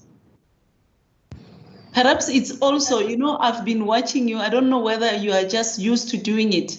It doesn't augur well for a witness while he's giving evidence to put a hand on his head. If I may request that you refrain from doing that, because it doesn't show respect to the court. Am I clear, doctor? Can you hear me? Yes, he's frozen. Just a second. No, he's responding. Yeah, Is it? My lady, can we request you to just remove that hand on your forehead? My lady, his video is frozen. Is it frozen? But he's busy responding. It's frozen, yes. He's definitely not sitting with his head on his hand on his head now. That's what I picked up, my lady. Now we just go up. Will he be in a position to follow the proceedings while the video is frozen? Yes, he's in the position to follow the proceedings, my lady. I see you, my lady. Please, next time, just assist him. He must just refrain from putting his hand on the forehead. And my lady, I think it's proper that we can see the background where he is. Now that is why, yes. Now we can see. Is it possible that Mr. Late, Can you do something so that we can see him properly? The only thing I can do is to go out and come back in Yes, again. maybe assist him in that regard, because we should be able to see his surroundings. That's the call, please, madam. Okay, thank you very much. Please do so.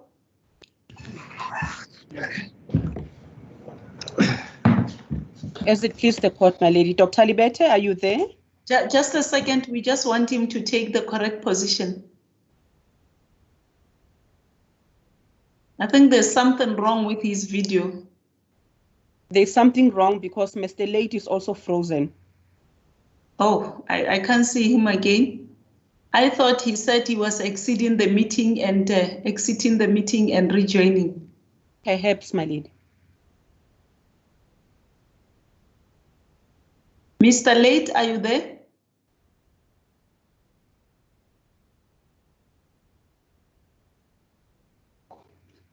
Let's just wait for him. As it please the court, my lady.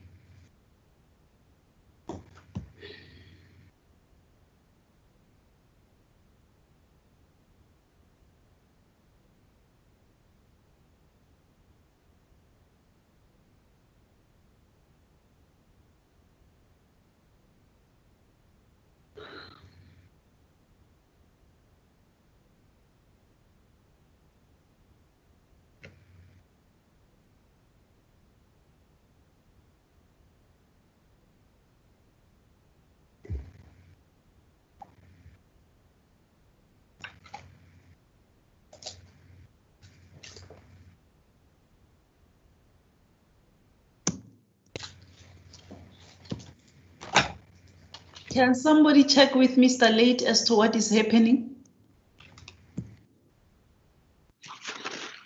I'm doing it, my lady. Okay, please do.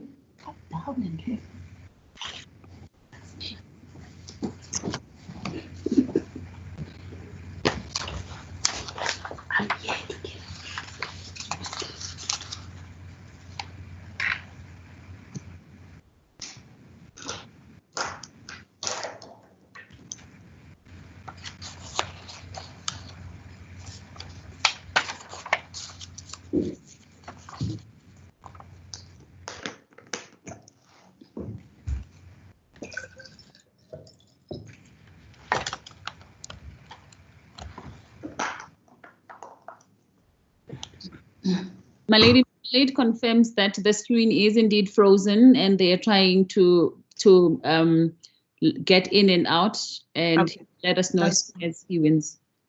Okay.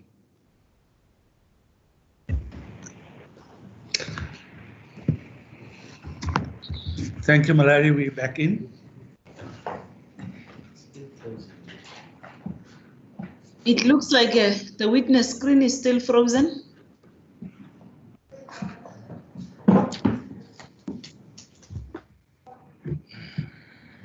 Can you see yourself? Yes, I'm moving.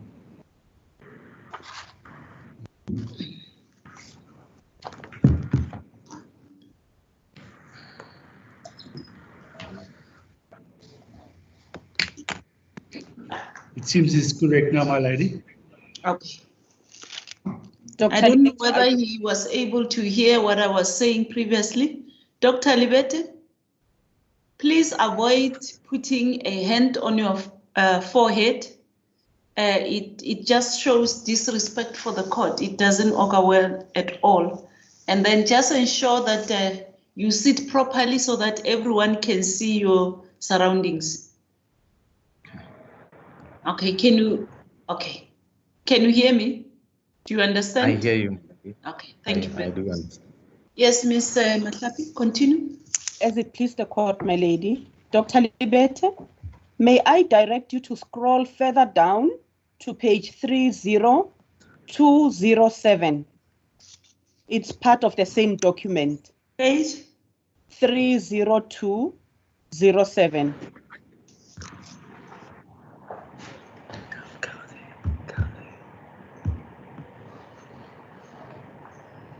(30207).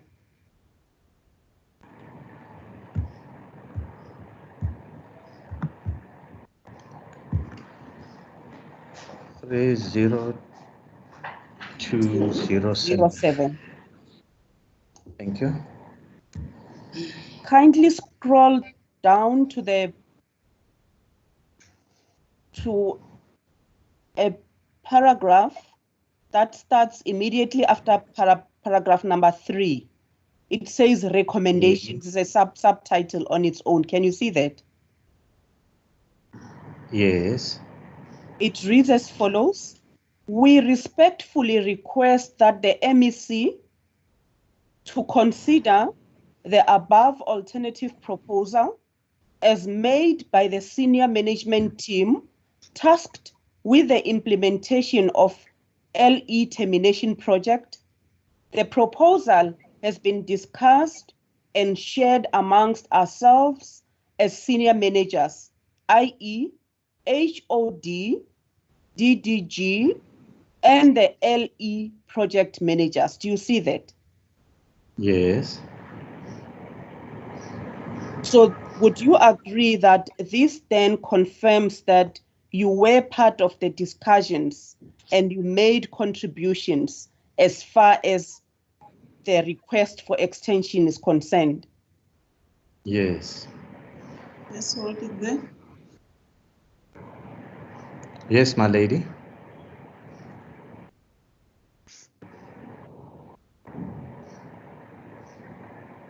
Continue. Fair enough, Dr. Libete. Let us then move from this subject and let me refer you to page 1219.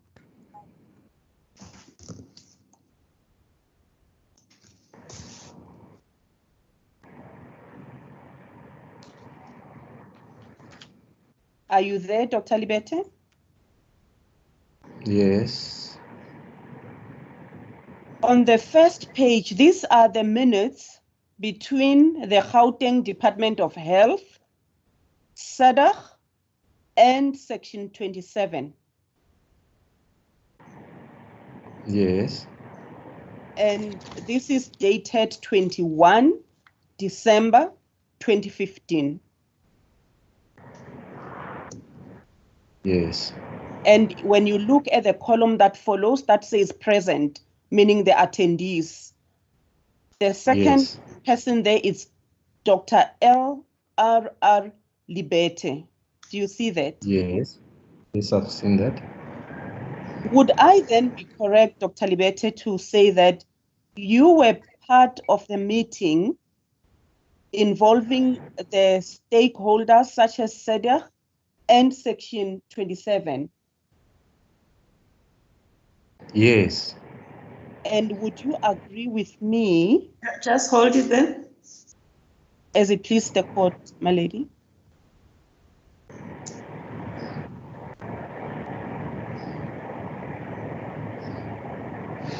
Yes, continue. Now, if you go to the second item of these minutes, it says purpose of the meeting. Still on the following page, which is 1220. So you just scroll down. Are you there, Dr. Libete? The purpose of the meeting. Indeed so, Dr. Libete. It reads that the purpose of the meeting emanates from the notice of motion served to the Department of Health by Section 27 lawyers on behalf of SADC, the purpose of which was to interdict the department from discharging mental health care users from Life Esidimeni. Do you remember that? Yes. Yes. Do you remember yesterday when my learned friend, Miss Boy, was asking you questions when she was cross-examining you? She cross-examined you with regard to the affidavit that you signed and you indicate concerning the court case. You remember that? Yes. And you indicated that you only signed that affidavit. You said something to the effect that Dr. Silibano was not present, and as a result, you had to sign that affidavit. Do you remember that? Yes, I do. Just hold it there. Yes. So this meeting then was a follow-up after that court case, as it indicates on purpose. Do you agree? Yes. And the crux of this meeting is found on item number 4, which says comments by SADC. If you can go to page 1221, scroll down. Yes, number 4. Yes.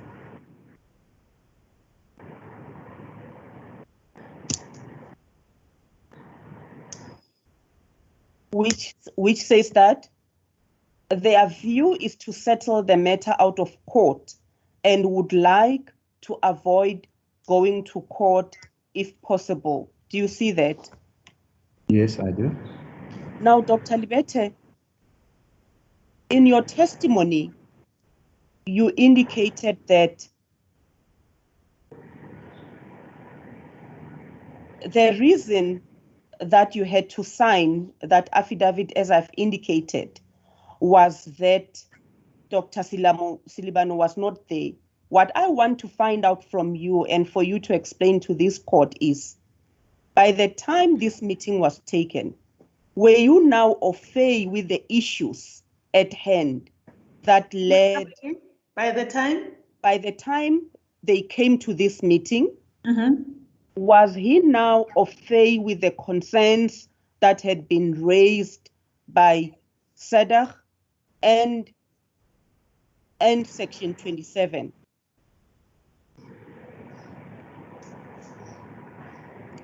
Yes, I was.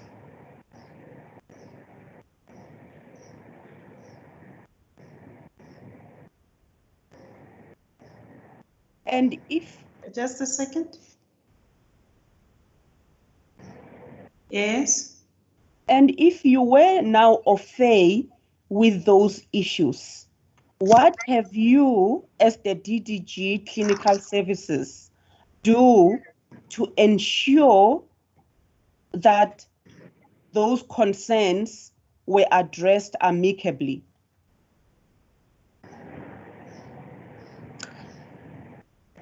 Well, the best I could do at that stage, it's alert, even though I knew the HOD who happened to have known about them, the issues.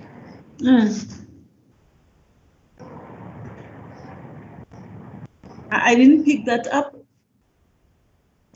In addressing, remember, as we follow the hierarchy appropriately. I mean, my contact with the MEC was through the HOD. So this, You any contacted? discussion, my contact, no direct contact. I was talking to the MEC through the HOD. Okay. So when the HOD is knowledgeable about these things, he's the one who would talk to the MEC about these issues. Just hold it there.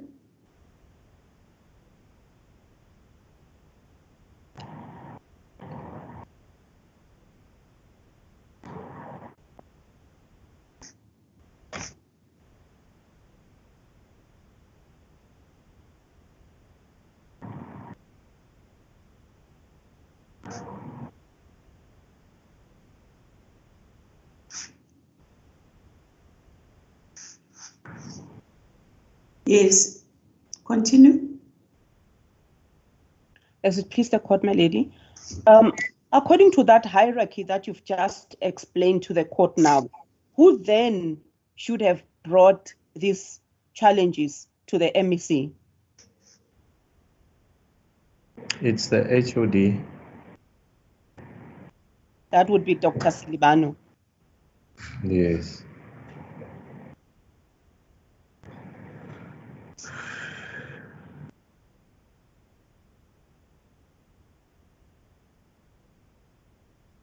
Yes. May I then direct you, Dr. Libete, to item number 7 of those minutes. It's on page 1223, if you can scroll down, 1223, Yes. where it says agreement and way forward. You see that? It's bullet number It's page no, 5 of 6. page 5 of 6. Yes, Dr. Libete. I'll give you a moment. Please just familiarize yourself with the information that is contained in paragraph 7, where it says agreement and way forward. It starts with the proposal to postpone the matter and allow discussions to resolve. If you can just take a moment and read what is in this box, because my question is will follow on the next page, which is page 1224.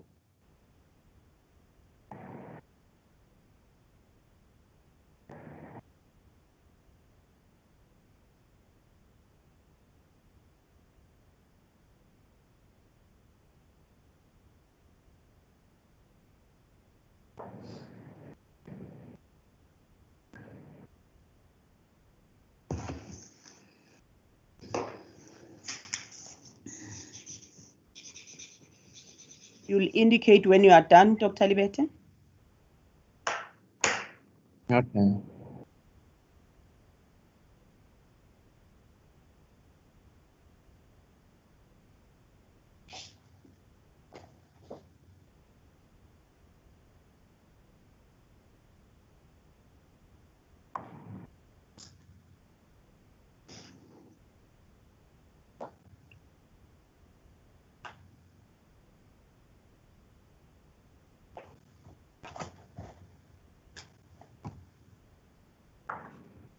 Are you done, Doctor? Yes. Now, please scroll to the following page, which is 1224.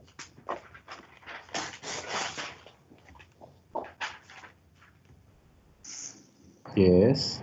The second bullet. It reads as follows. Are you there at 1224? Yes. It says the HOD and Dr. Libete will lead the discussion teams to ensure what is agreed upon is implemented. The HOD will not attend all meetings, but will, in the first meeting, if things fall apart, Ms. Rugege should immediately inform him. You see that? Yes. Now, my question to you, Dr. Libete, is, did you indeed lead the discussion teams to ensure that what was agreed upon is implemented according to the way forward paragraph that you've read here above? Did you lead those discussion teams? No, I think no. Let me say no. We did not have a discussion team to that effect. So no.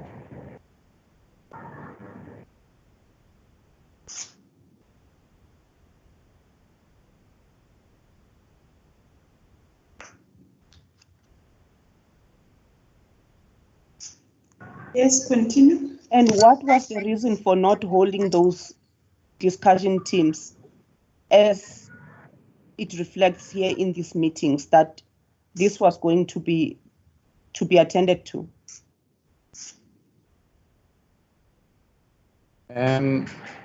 I suppose things sort of went a little fast for that to happen. And basically, there were no meetings that were organized to have those discussions.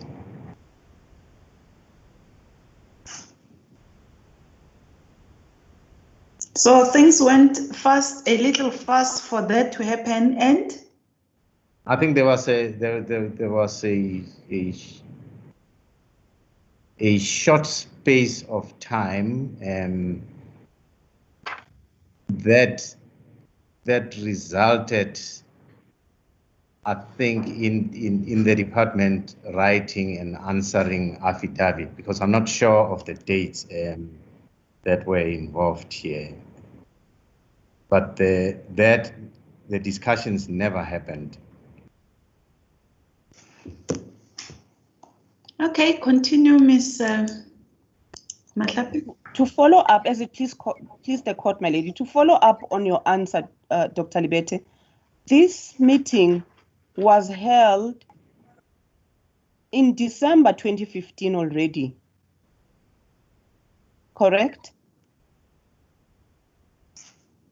Oh, yes, yeah. I see that, yeah. And the reason I'm referring you to the date of the minutes is that you indicate that things went too fast. Do you mean Yes. that between December and the date of the extension, which was March, or the date of the project, which was March 31st March, there was not sufficient time to hold those meetings? No, I thought this was very close to the court case.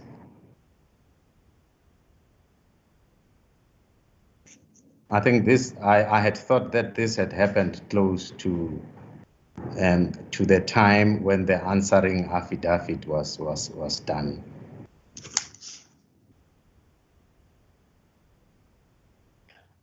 And after, Just hold it there. as it please the court, my lady.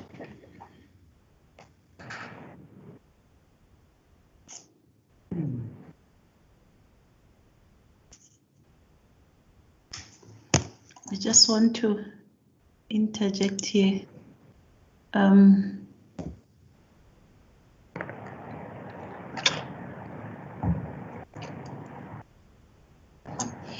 But now, if I may, I'm getting lost here by this response, Dr. Libete.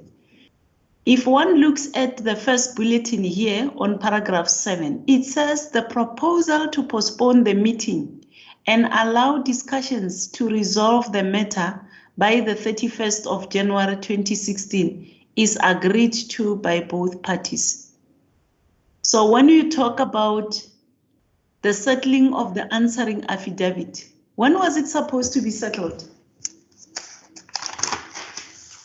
No, like I said, my lady, it was the confusion that I had, because now I see that this response related to the agreement that emanated out of a threat to go to court. Yes, that's where my problem lies, because now here we are told that the parties have agreed to postpone the matter. Suddenly, in that agreement, isn't it in the agreement, Yes. there are certain things that are agreed upon. And now, when the discussions are supposed to be held, in order to facilitate whatever the parties have initiated in the agreement, suddenly there is no time, there were no discussions, and now, because now there was this short space of time for the filing of an answering affidavit. Just clarify us on that, please. Let me withdraw that, because when I said that, I wasn't aware of the timelines and that were involved. Yeah. But as you are withdrawing that, look at the date of the meeting, which is December 2016, and look at the fact that that bulletin, first bulletin that I've just referred you to, that the parties have agreed to postpone the matter to the 31st of January. So it means the parties had more than a month in which to hold discussions to deal with the issues that were the subject matter of the case that was before court. Yes, my lady. What I need to Yes, okay. What I need to determine now is when answering affidavit was. I think if I get that, it will realign me. Yes, but while having that into mind, you seem to be talking. I can't hear what you're saying. Okay. I'm not talking, I'm listening While to you. you are having that in mind, just consider the fact that whether the filing of that answering affidavit was relevant, taking into account that the matter was specifically postponed for a specific purpose, which is to discuss the issues. There was this agreement. I hope I'm making sense. Yes, you make sense, my lady. Okay. And on that basis, I'm going to request, as you are looking, I don't know whether Ms. Matlapi has the information with regard to when was the answering affidavit settled.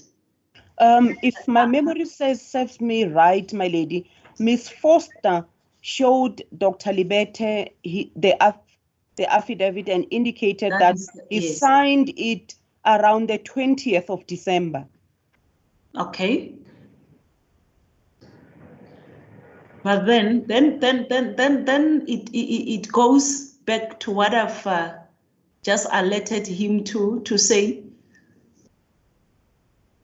he should bear in mind whether that is relevant to the issues that you were asking her, in the sense that I can understand that even if the answering affidavit was filed, the fact of the matter is that now the issues were on the table and the parties now wanted to agree on certain issues.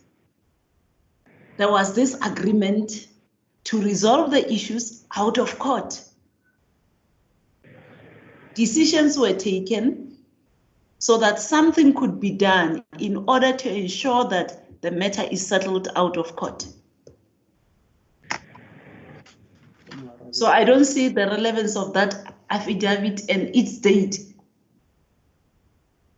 I don't know. If you may respond. Yeah, I think the relevance has to do with the fact that it ended up going to court, with the court allowing the department to go ahead with the discharging of the patients. And that's where the confusion in my mind comes in. But this is the issue that made SADC unhappy. So the court went on not long after the answering affidavit for the department, and when the court took a stance, the department decided to follow what was allowed by the court. Thank you, my lady. Okay, thank you very much, Ms. Matlapi. Dr. Libete, the question remains, why were the meetings not held?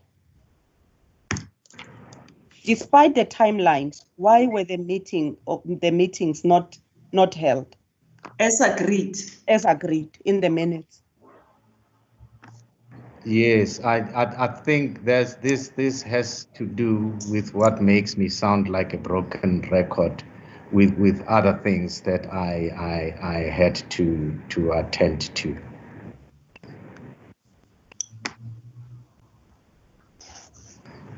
Thank you, my lady. My lady, I will not take it any further. Yes, okay. Thank you. Let us move on, Dr. Libete. Let me refer you to page 1202. 12.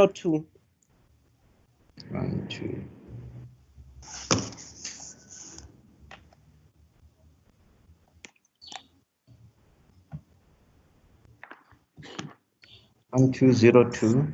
Yes, Dr. Libete. I am there. To put this document into context, this was a presentation that was done by Mr. Musonohi. And this item talks or speaks to project coordination and governance, the project team. He was outlining the project team and the roles of each specific person or directorate. Now, the first bullet says project leader / sponsor. You see that? Opening and welcome, opening remarks. No, page 1202. 1, 2, oh, sorry. 1202. I was looking at the wrong page, my lady. Okay. 1202. Find.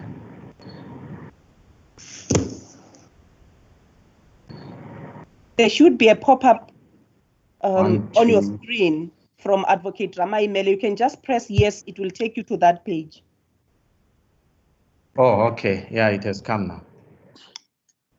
Now, can you see on bullet number 1? The heading Yes. says Project Coordination and Governance Project Team. Bullet 1 Yes. says Project Leader / Sponsor. And it names Dr. L.R.R. Libete as the project leader or project sponsor. You see that? Yes. What this document tells us is that you were actually the project sponsor. Would you agree, Dr. Libete?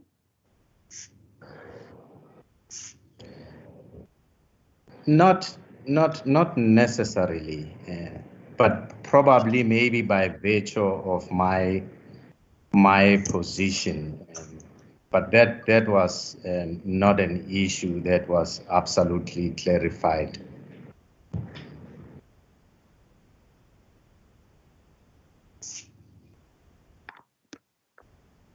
But as a DDG, yes.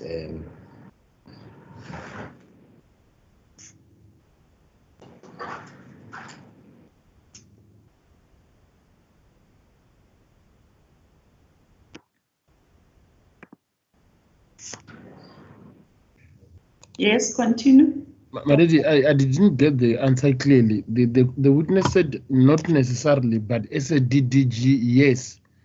Yes. It's I think that's the answer that he has given. Oh, okay. I don't know. There was something that he said to say that this was not an issue, but it was subsequently clarified. Yeah, something in that line. So it be confusing. The first tail of his answer was that not necessarily, but as a Yes. DDG, yes, because the question was Not necessarily, but probably by virtue of my my position. position, yes, as a DDG. Mm. Oh, well, it's fine, Maredi. Okay, that's the answer that we have. Can you continue, Ms. Matlape? Indeed so, my lady. Dr. Libete, the reason I referred you to this page and also to the fact that you were the project leader and the project sponsor is because Mr. Musenohi will come and testify that by virtue of you being the DDG clinical services, this entire project fell squarely under your leadership. Would I be correct? Would that be correct?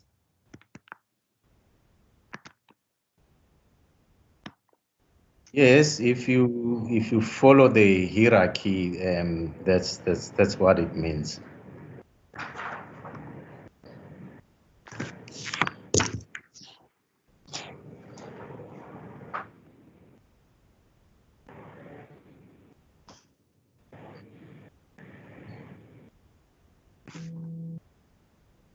Continue. As it pleases the court. Thank you for that answer, Dr. Libete.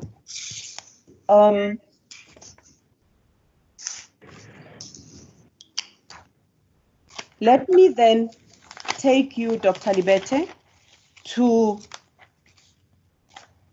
page 357.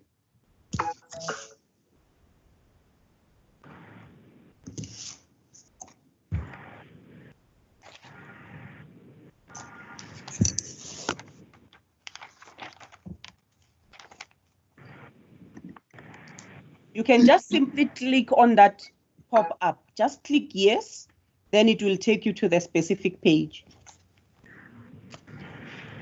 357, yes. 357, yes.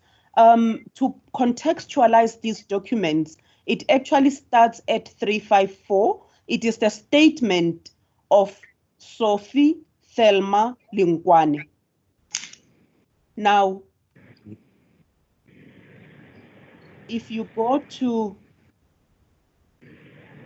paragraph 7 of that statement in page 357, are you there, Dr. Libete? Paragraph number 7, 357. Yes. Let him read it first. Indeed, so, my lady.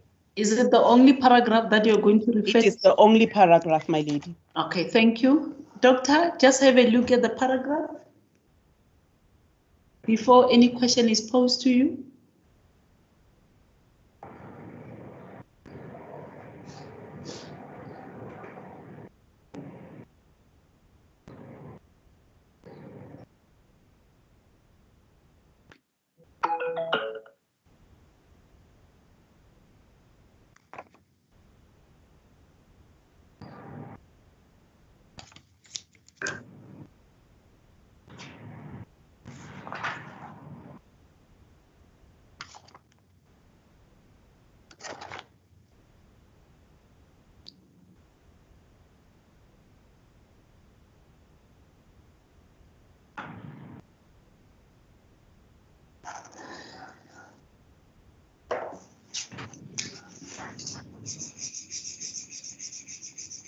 Yes, I see that, yes.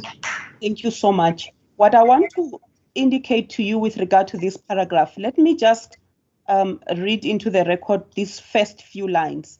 It says, after the placement of patients, Dr. Manamela came with the concept of adopting NGOs. We informed her that NGOs are the responsibilities of the districts. We then set an appointment with DDG Libete to seek clarity. Mr. Musonohi was also part of that meeting. Myself and Ms. Salume Mashile attended after colleagues went to allocated NGOs. Dr. Libete told us we should go and he will convene a meeting which never happened. You see that, Dr. Libete? Yes, I see that. Now, when one reads this paragraph, one gets an impression that you were indeed involved in the operational side of things, as you've alluded to yesterday. Is that correct?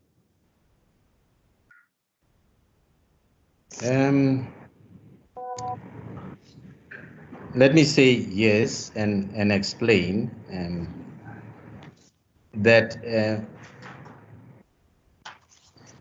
you know, with activity that may be there in hierarchy. The activity doesn't always usually follow the hierarchy.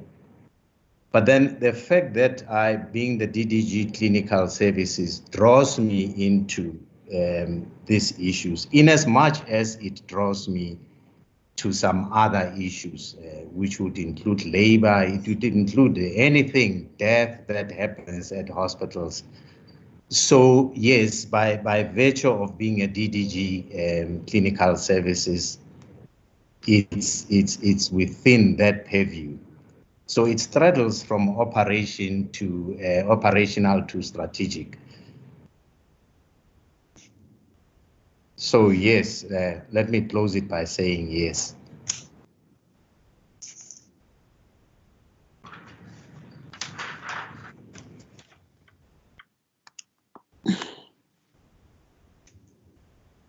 Yes, you may proceed. And thank you for your answer, Dr. Libete. The statement goes on to say that the meeting was never convened, though you had promised to convene this meeting. Is this correct, or is it true? It is true. It also takes the context of what I had explained earlier on, which brings forth the reason why I explained the need for me not to be fully participatory in this.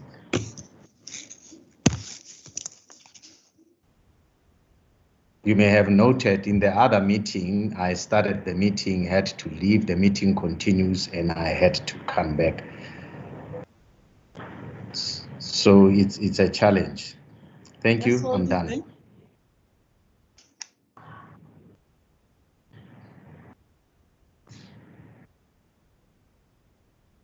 Okay, continue. Dr. Libete, it appears as though the members of the project team could access you. You were quite accessible to them to provide leadership and to drive the process. Is that correct? Yes, I was accessible. Just hold it there.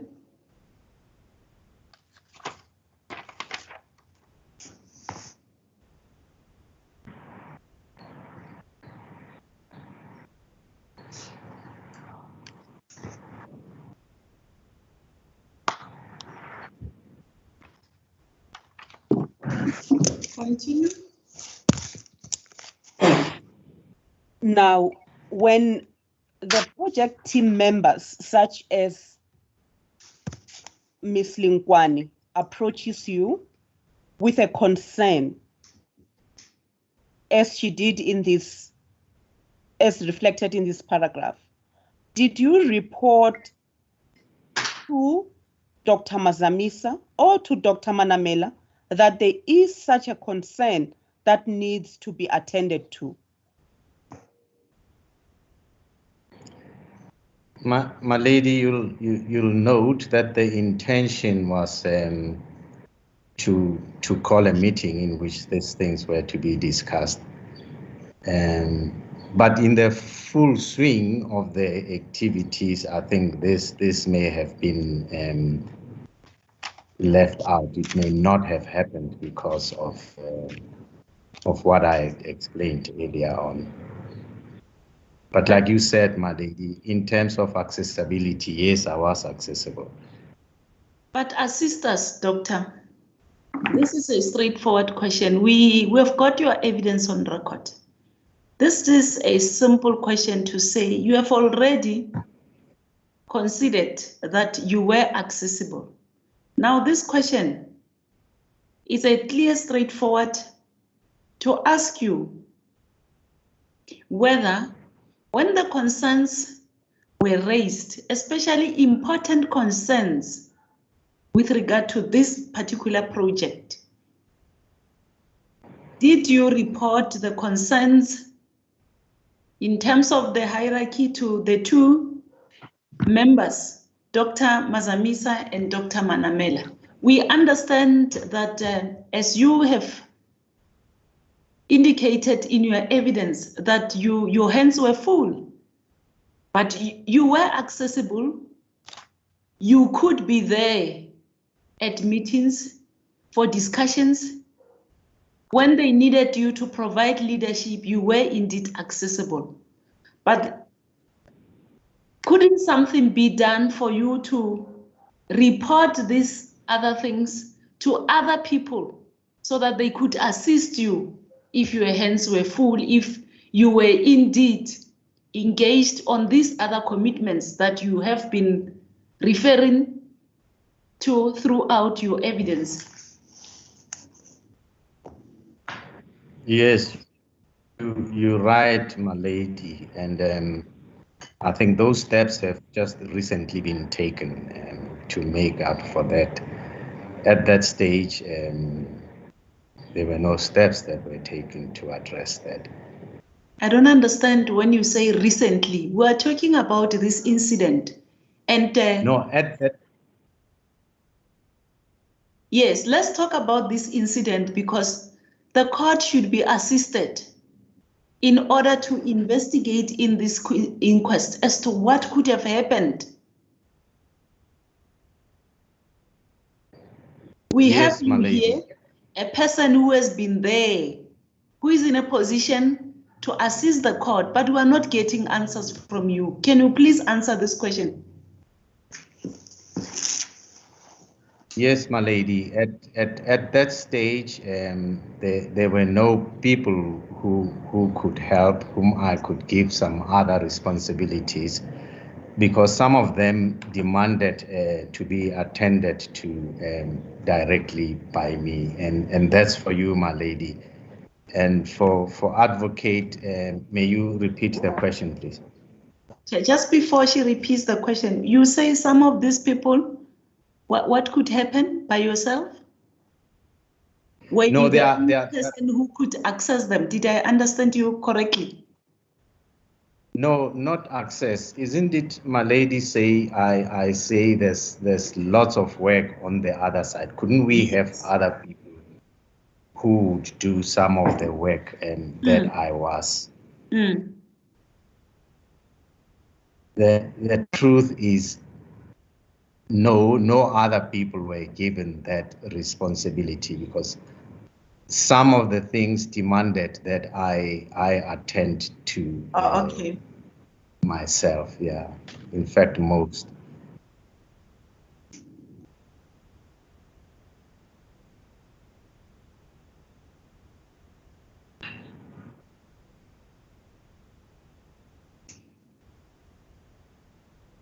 Okay, Ms.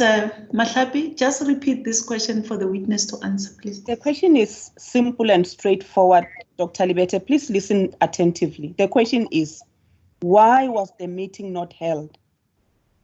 Why was it not convened after you spoke to Ms. Lingwan? Yes, the meeting may have the remembering to call it may have been lost in the midst of action in other related work that wasn't mental health related, which may have been the reason why I requested them to come back at some other stage or requested them to leave. So it was in the midst and the maze of those activities that were facing me that may not have happened. Thank you, my lady.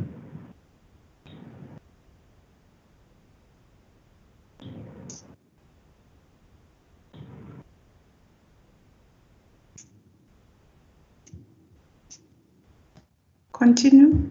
In short, to summarize your answer, Dr. Libete, you are saying that it might have skipped your mind to call this meeting. Is that correct? Yes, my lady.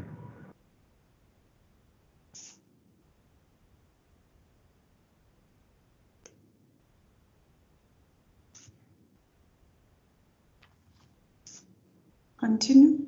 Fair enough, Dr. Libete. Let us move on from this topic. Will you kindly turn to page 3? Before we turn to more pages, I see it's 5-1. So I don't want you to start with something and then you don't finish it. I think Is the court, this is the opportune time for us to take a tea break, a lunch break, and then we will resume at 2 o'clock. As a court, please, is the witness is warned. As a court, please. Please, the court, my lady.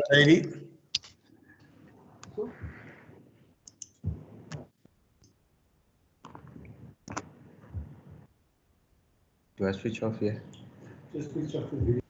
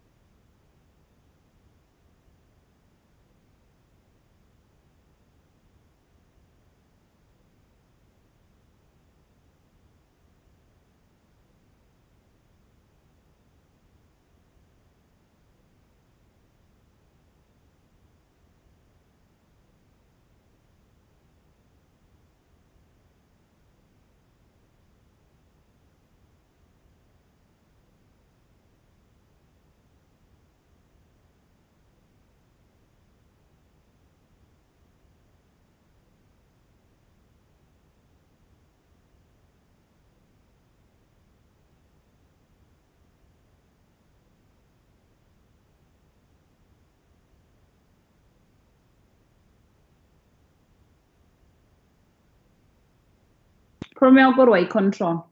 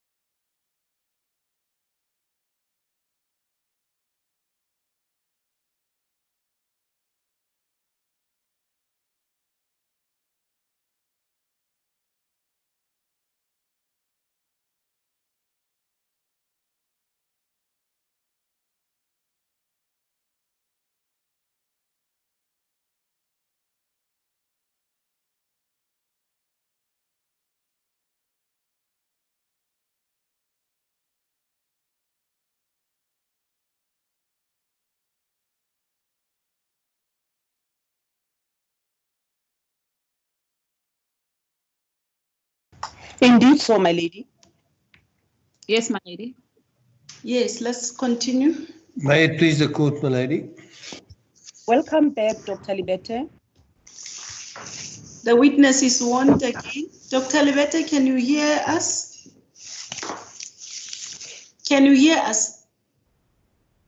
I hear you now, my lord. Sorry, the speaker was off. Okay, continue, Ms. Matlapi.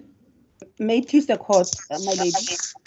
There is an issue that I just want to clarify for this court and also for the benefit of the witness. That is the issue surrounding the whole court case and the signing of the affidavits. Dr. Libete, if you can turn to page 18333.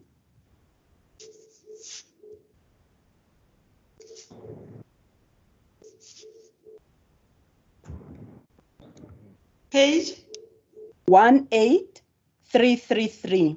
If you, what you can do, my lady, simply to accept that pop-up message to press yes from Advocate No, it's fine. Ramani. It's fine. I'll get the page.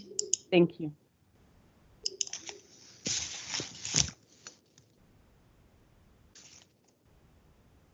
Are you there, Dr. Libete? Yes, I'm there. Page 18333. As you can see, the I heading. also have it. Continue.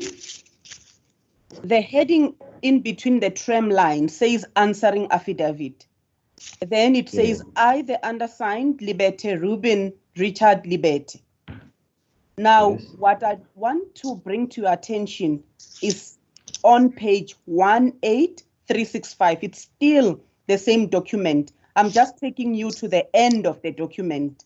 18365.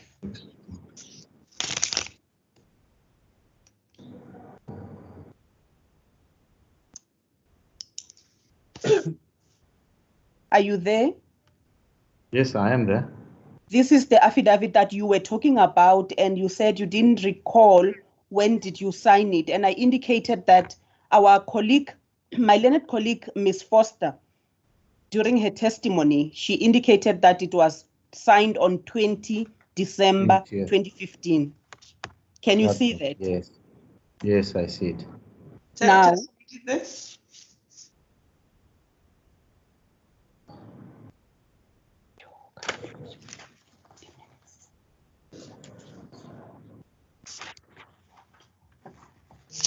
yes.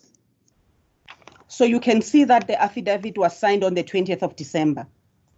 Yes. Now, let me take you back to the meeting, to the minutes of the 21st This is, of December 2015, yes. 2015, my lady. Let me take you back, Dr. Libete, to the minutes of the 21st December 2015. Page 12. Start at page 1219. I will then direct you to the relevant page. 1219.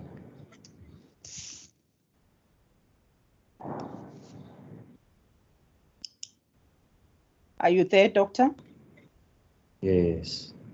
This is where I showed you that you were in attendance when these meetings were compiled. However, the relevant page, if you can scroll down to page 1221.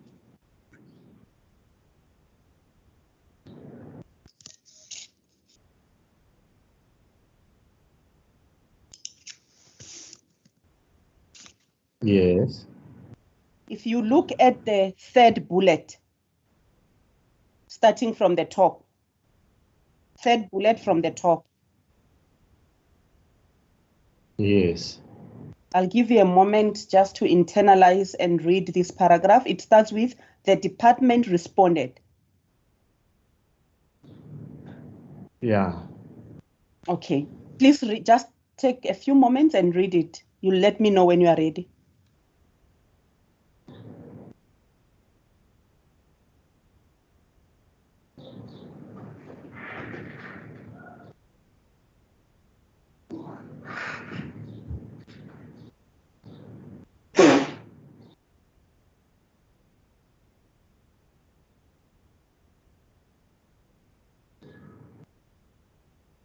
Yes. Now, this paragraph says that... Just a second, I'm just completing. As you please, the court, ma'am. Okay, thank you. Continue.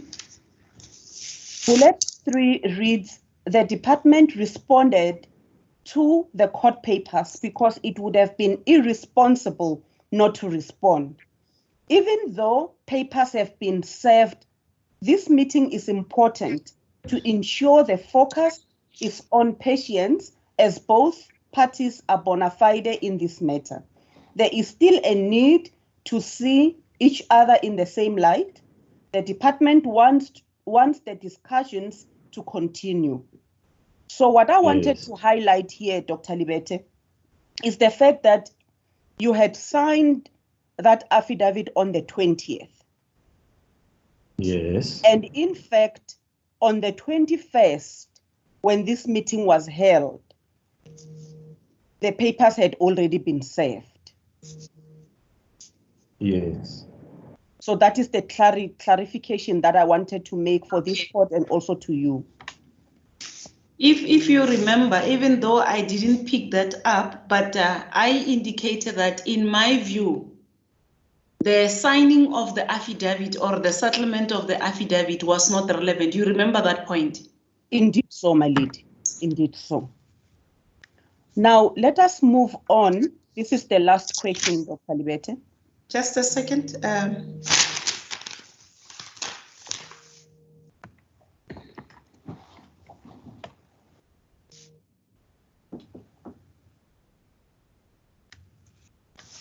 If maybe we must give him a chance just to respond now that this has been clarified, before you move to the next question.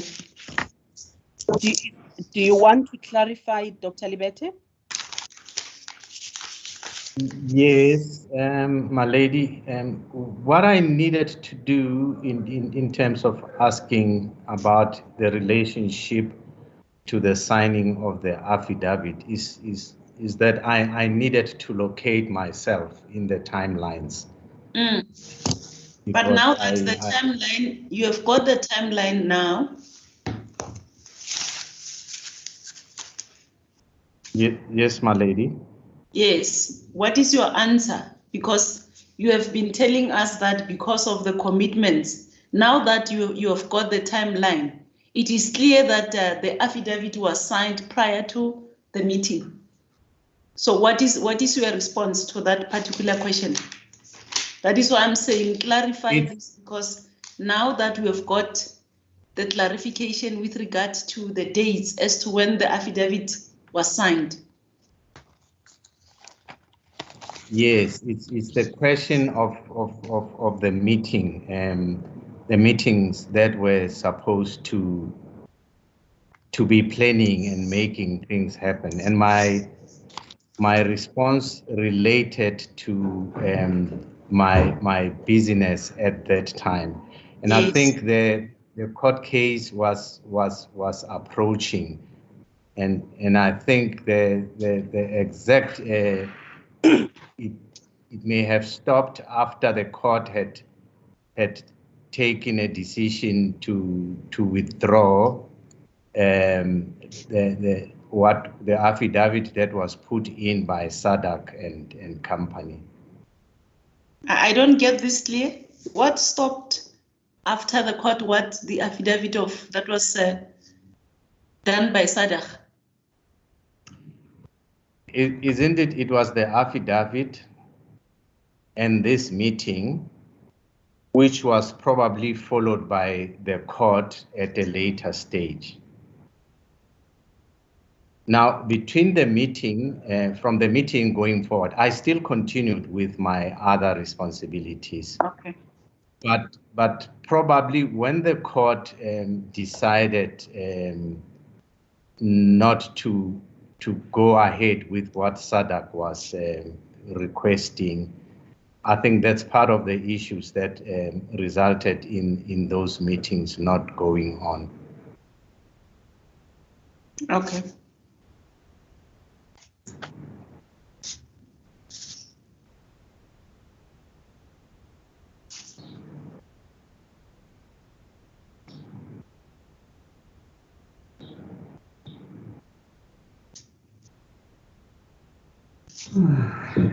Continue. Dr. Libete, a follow-up to that answer that you just gave to the court right now. Let me refresh your memory. Evidence before this court is that the SADC only went back to court in March. Oh, okay. Will that then change your answer? Or do you stick by? Yes. And what is your evidence now, Dr. Libete? Yes, it reverts back to, the other responsibilities that I was having, and that may have been the reason why the meeting was not called. So for the court to understand your response, basically the problem was because you were not full-time on the project. You had other commitments. Yes.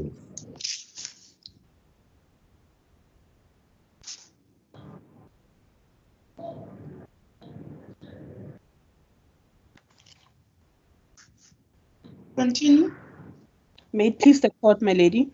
Dr. Libete, the last question, I would like to refer you or to remind you, you don't have to go to this page. Remember that email by Mr. Musenohi to the MEC requesting that the project be extended by 6 months to a year? Yes. You recall that email? Yes, I do. Now, that email was dated 12 February 2016. You recall that? Yes. Later on, it's Mr. Musenohi's testimony. He will come and testify that towards the end of May, there was a meeting wherein you were in attendance, as well as the HOD, Mr. Silibano, and the MEC was in attendance together with the project team. Yes, my lady.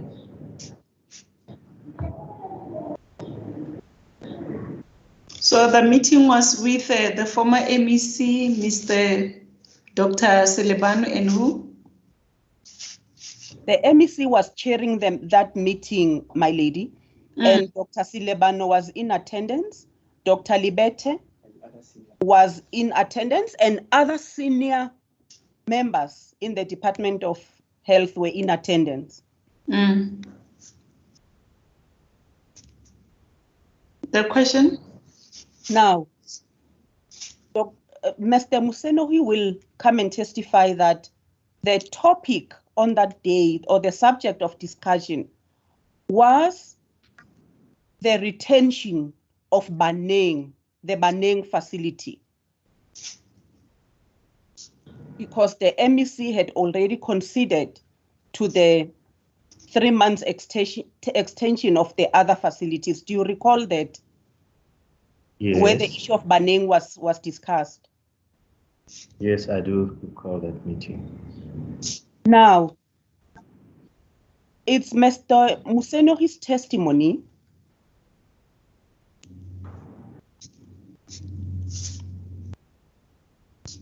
Yes, continue. that during the deliberations at that meeting,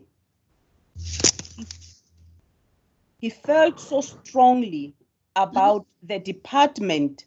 I didn't hear that, yes. During the deliberations, Mr. Musenohi was very vocal with regard to the issue of the department agreeing to the tariffs that Life Esidimeni was renegotiating for the Baneng facility. Do you remember that?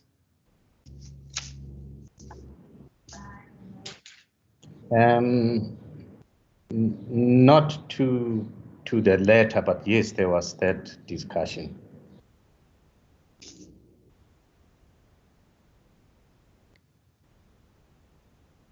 Yes. Mr. Musenohi will testify that, in fact, when he was putting his point across, trying to convince the former MEC, Mr. Dani Mahlangu, to retain Baneng, he became so agitated that you pat him on his back and you said to him, "Khunzi Musenogi, khunzi." Literally or loosely translated as, "It's enough, Musenogi, it's enough." Do you recall that? No, I don't. And I'm close to Musenogi, and we've never even discussed this ever. I truly don't remember that one.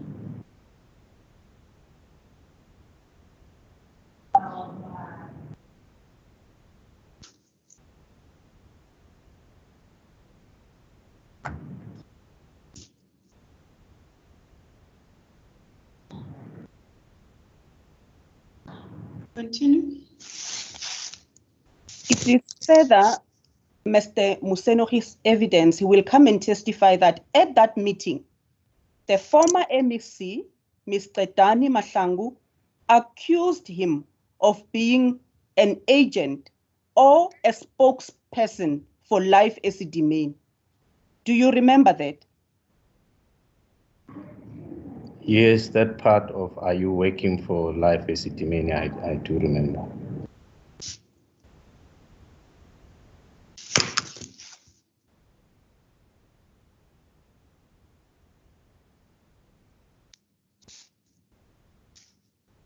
Yes.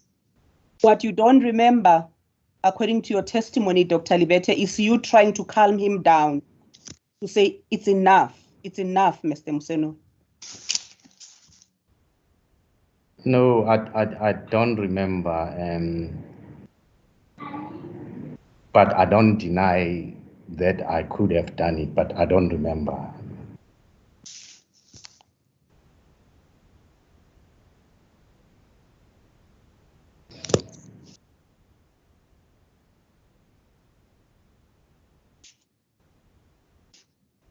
Continue. Fair enough, Dr. Libete. Let me now refer you to the statement of Mr. Musenogi. It starts at page 534. 534. The statement, my lady, is marked as A19 under the item General Statements.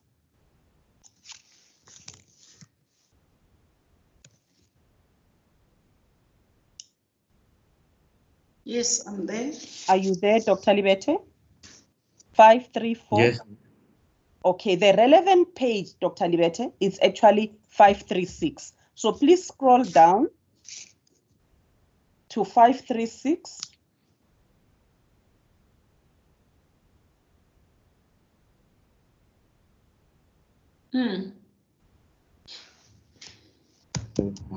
Yes. Yes, my lady, I'm there. 536. Just a moment. I see.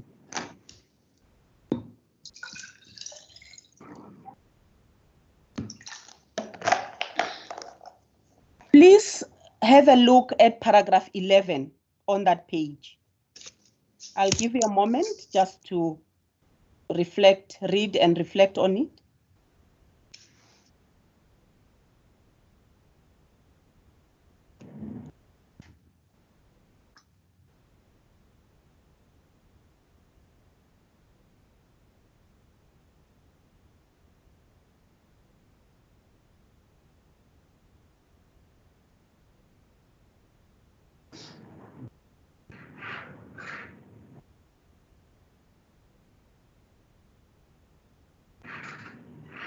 Are you done, Dr. Libete? Just a minute.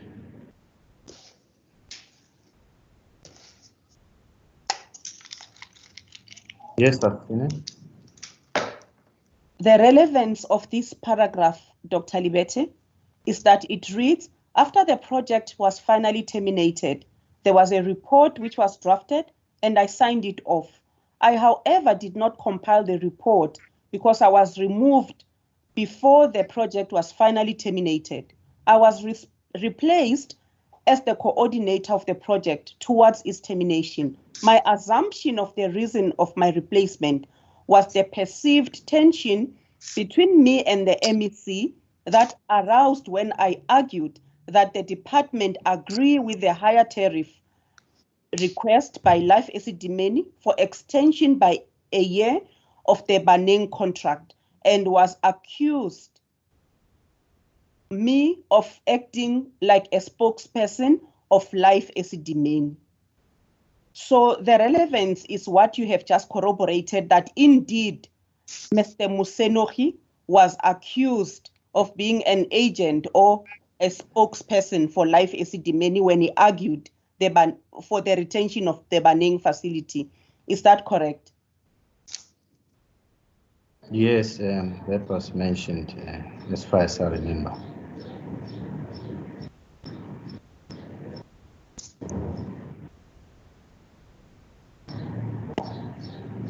Yes. I then further refer you, Dr. Libete, to page 1857.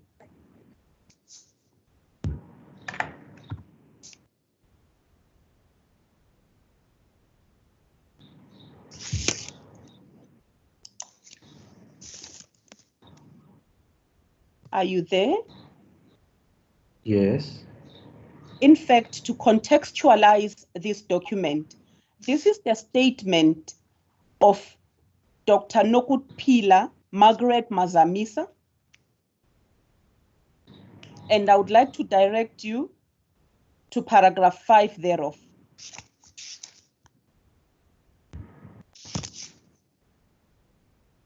Are you there, Dr. Libete?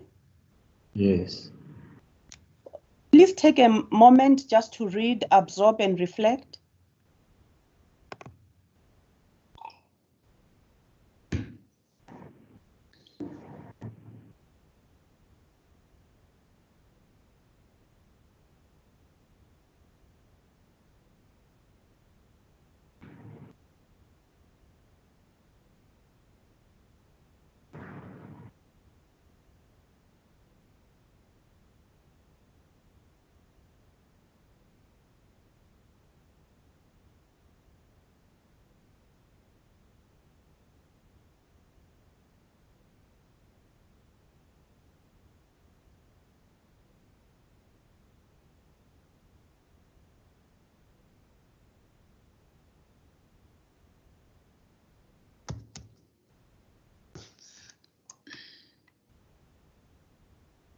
Yes, I see that.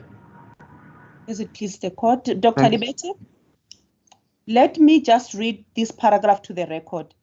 I must state that I was attending some of the former MEC's meetings under the invitation of Mr. Musonori, and the mood was that the plan was achievable from some participants.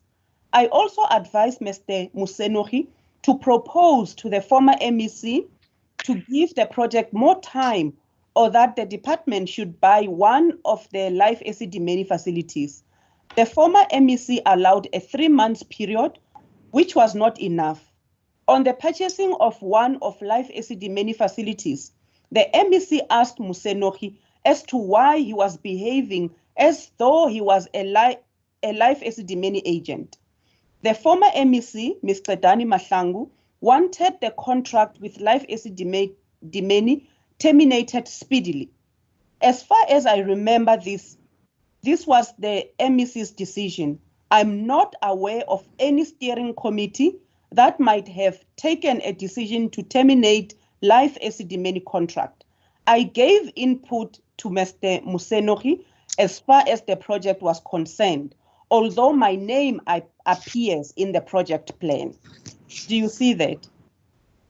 Yes, I do. So this indeed does corroborate Mr. Musenohi and your testimony that Mr. Musenohi was accused by the former MEC Dani Mahlangu of being an agent of Life Esidimeni. Is that correct? I remember that you behave as if you are working for Life Esidimeni and not the agent part. The fact But of yes, the spirit, yes. It is it. It confirms what you have just testified. The spirit, yes, and in terms of life Esidimeni. My lady, that is the end of the questions that I have. However, may I take instructions from my senior colleague, Ms. Rama Imela, if there's anything else? I'll just switch off my video and mute my microphone. It won't take long. You may do so. As it pleases the court.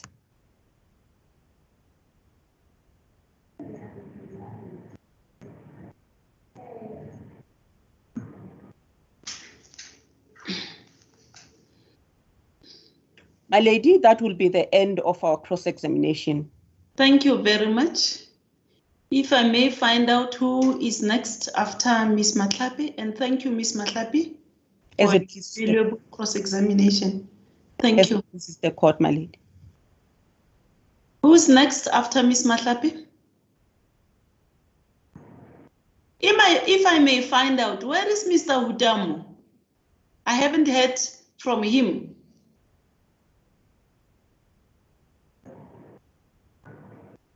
Yeah. The court, please, my lady. Yes, are you present? I have been present You throughout. have been very quiet. Do you have any cross-examination to this witness? There's no cross-examination to the witness, my lady. You don't? No. Okay. Can we find out from the others who would like to cross-examine the witness?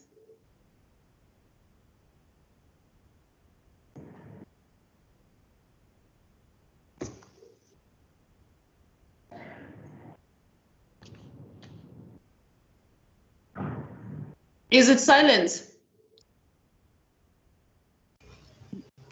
My lady, I don't know if Ms. Munjalele is still can hear us. There is also, yes, Ms. Munjarere and Ms. Koka. As please the court, my lady, I have no questions for this witness. You don't have questions? Ms. Koka? Thank you, my lady. I also do not have any questions for Dr. Libet.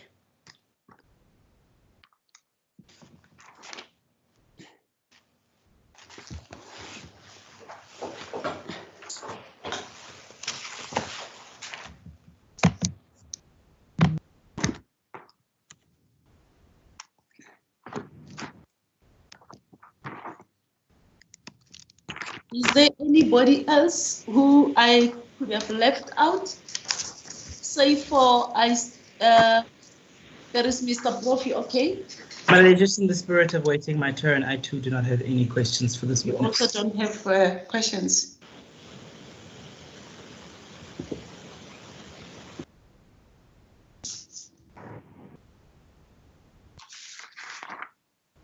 Yes. Anybody else?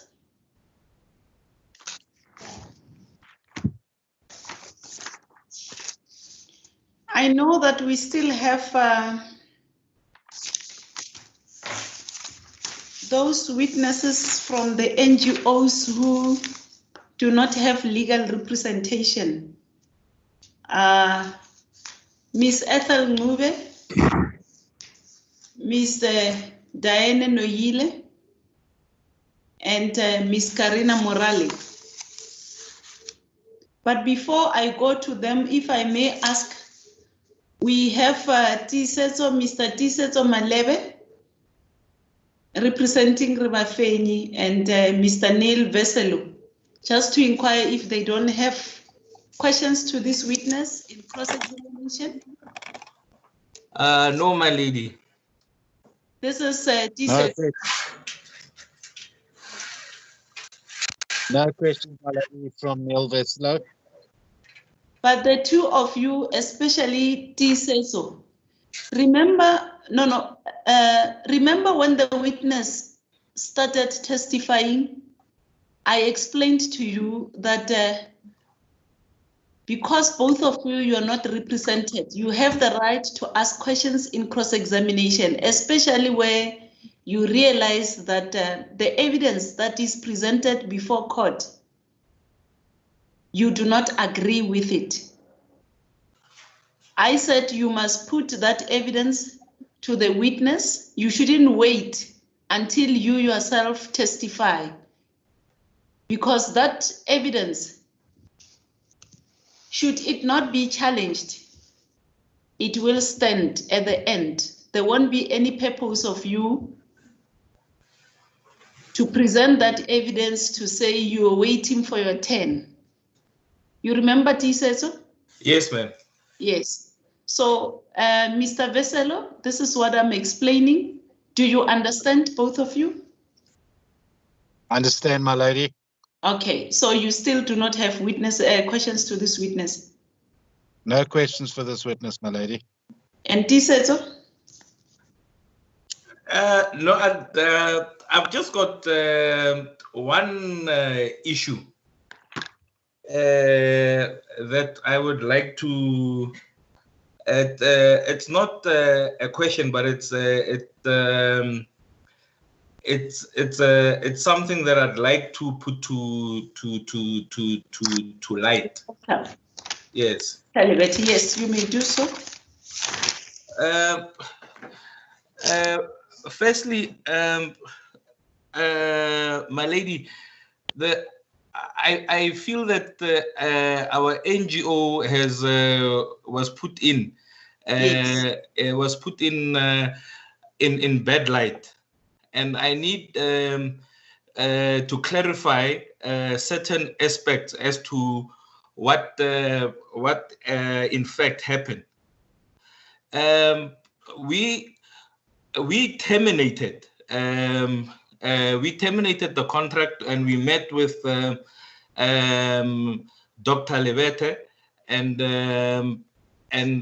his colleagues, where we went to the office. We went to Kalafong because we sent out a letter requesting termination.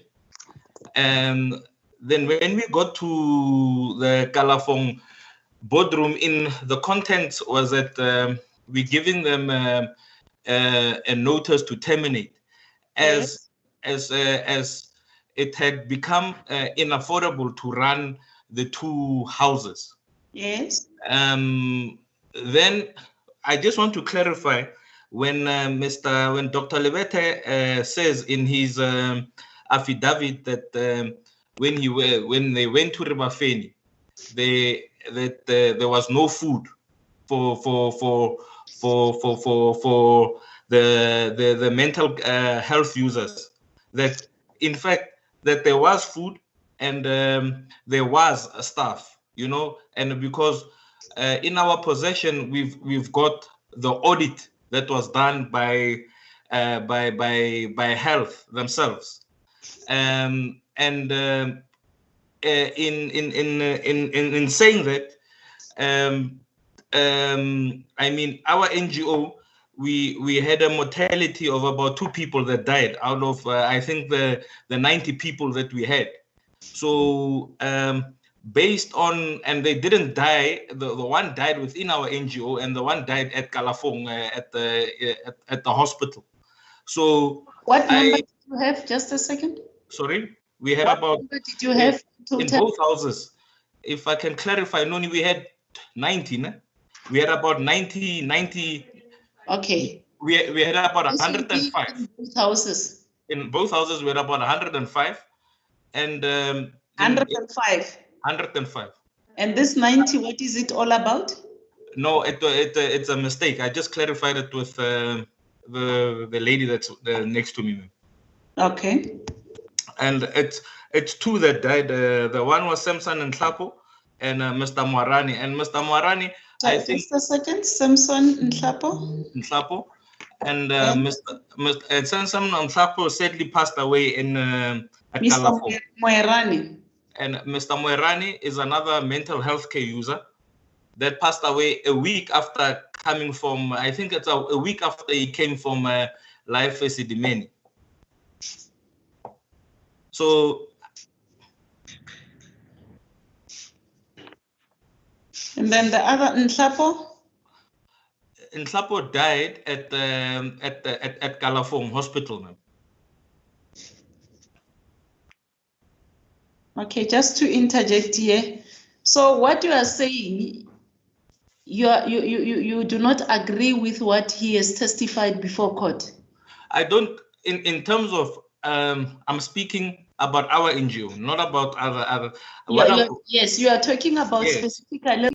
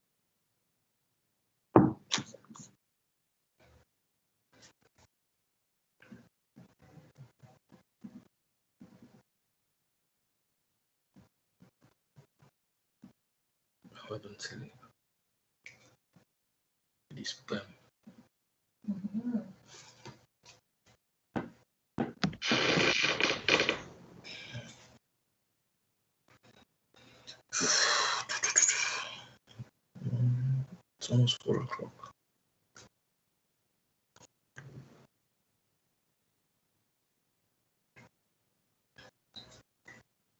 Mr. Malebe. Mr. Malebe. Yes, sir. Mute, man. Let's wait for the judge. Press on mute. Okay. Yeah, press on mute, Manapa.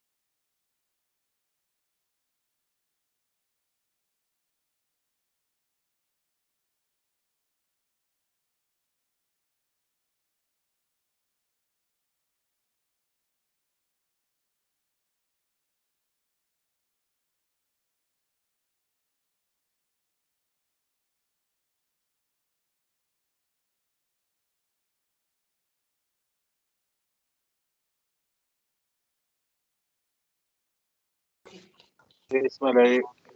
Yes, my lady, we can hear you. You are audible. Please the court, my lady. Were we all kicked out of the meeting? Seems so, my lady. Okay. I think I the confirm decision he made has got some problems, but at least I logged on the other device, a Gmail one. All right.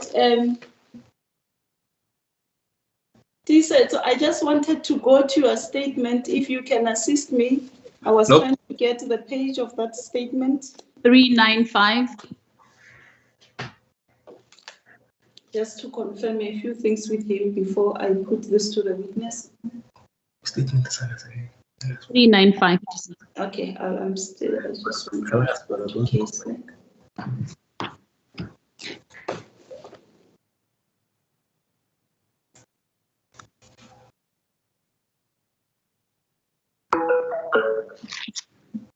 This paragraph 395. How do you get to that statement? No, I don't want Tisa's statement. I think we should look at Dr. Lebete's statement regarding what he said about Rebafeni. Dr. Lebete is on 527. Eh? Yes, my lady. Yes, there was a paragraph. Let me just quickly get it. But where he mentioned Rebafeni that he visited the NGOs. 14. Paragraph 4. 14. It starts from paragraph 13.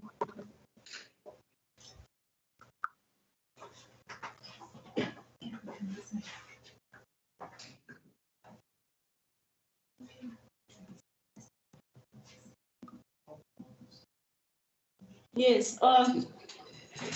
Before I go there, so let me just confirm what you want to convey to the witness. You have just indicated that you realize that this witness has put your NGO in bad light, and then you wanted to clarify certain issues. Yes, my lady.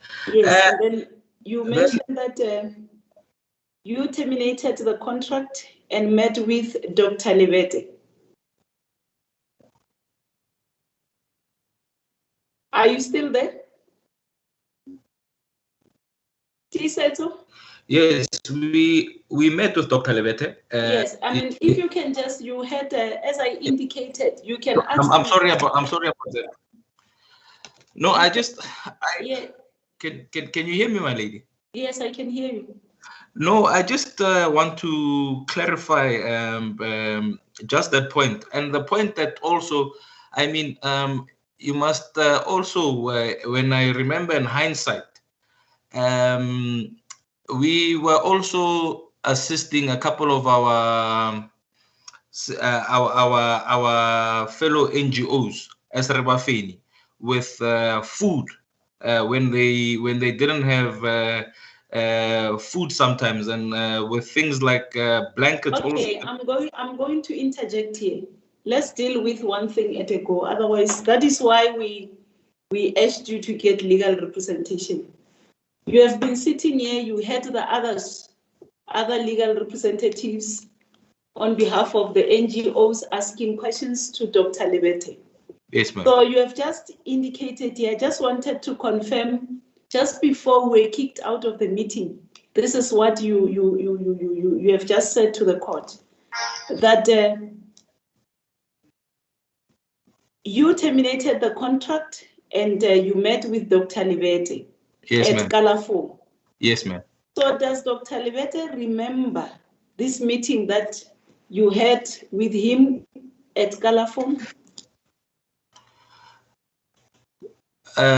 I wouldn't know, because that was No, I'm not asking you. This is the question that you should be putting to Dr. Lebete. You should tell him this, all these things that you are telling the court should be put to Dr. Lebete, but there must be a sequence. You can't just say lots of things.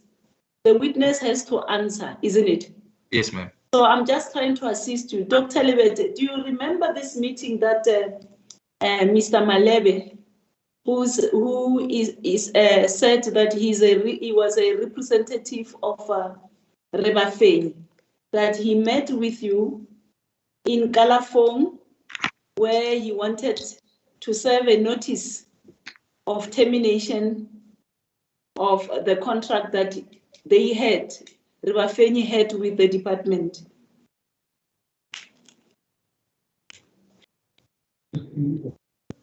It is true, my lady.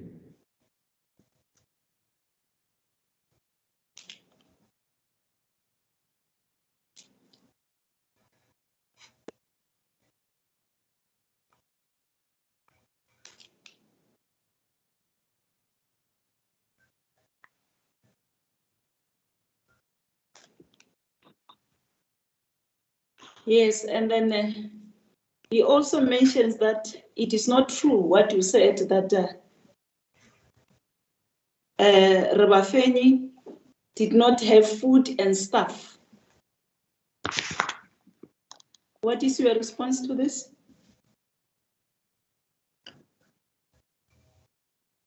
It's true, as in accordance to my statement, my lady, that there was no food.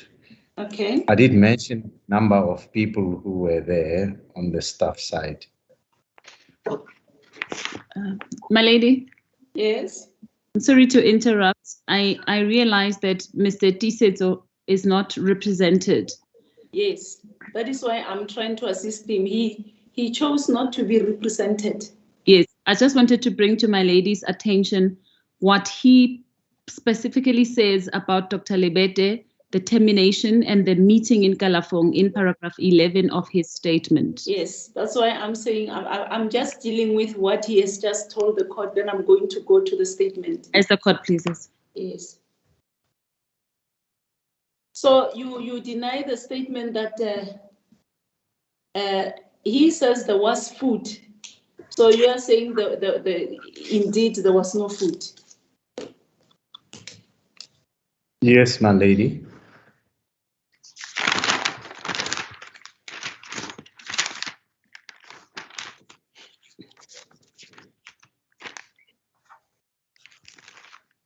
Mr. Malebe, I'm not going to do this for you. I'm just trying to show to you what has to be done. That is why at the beginning, before the others cross-examined Dr. Lebete, I indicated that you must listen attentively and put the version that you do not agree with to the witness. Yes, ma'am. Yes. So the next thing you say, okay. So if we look, you can look at paragraph 11 on page 395. No. Let's leave page 395. Can we deal with? Let's not confuse this witness. I'm just looking at the statement of Dr. Lebete, because this is what he testified about that the witness says he doesn't agree with. I think it starts from paragraph 13. If you look at paragraph 13, he said so. This is Mr. Malebe. Yes, ma'am. Okay. You can just read the paragraph on your own, and then if you do not agree with it, then you can pose questions to the witness. My lady, while they're reading, I apologize for disturbing you. Yes. But Mr. Sibar is still not back in the proceedings. I think there are a few people still missing. I know we had difficulty joining and only came in late. So I don't know, we're running without them. And the other point, my lady, is Ms. Siboko is trying to show you. Just a second, there is someone who did not mute himself, and there is a sound of a music. It's not from me, my lady. Tisa, so can you mute yourself? No.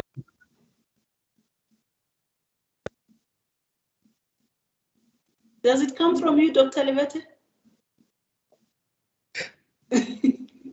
I can see. No, my lady. Okay. NPA is Yes, it's quiet now. Okay. My lady, it would appear that some of the representatives aren't back in the meeting yet. No, okay. I know Mr. So we Sibara can- is not in. Because I was not aware. I was of trying it. to communicate with him and I can't get hold of him, but he told me earlier he couldn't get in. And the other point, my lady, For a few minutes, and then if it Thank you. doesn't work, My just a lady- second. Are you still? Yes. my lady, the other point is I think Mr. Boko is referring your ladyship to paragraph 11 of this Mr. Maleba's statement. It's on Yes. page 5920, my lady, for your ladyship. Yes, would I look will at that. go to it. What I said, I I understand appreciate what my she's lady. saying. But what I wanted to do, TSSA has just highlighted to the court the statement or the part of the witness testimony that he doesn't agree with. So before I go there, I wanted him to look at Dr. Lebete's statement, in particular the specific paragraph that talks about the NGO that he is representing. As So your from ladyship there, please. Yes. I will take him to paragraph 11 of that statement. I've Thank you. noted that. Thank you, my lady. The page reference is 5920, my lady. Yes, thank you very much. Thank you, my lady.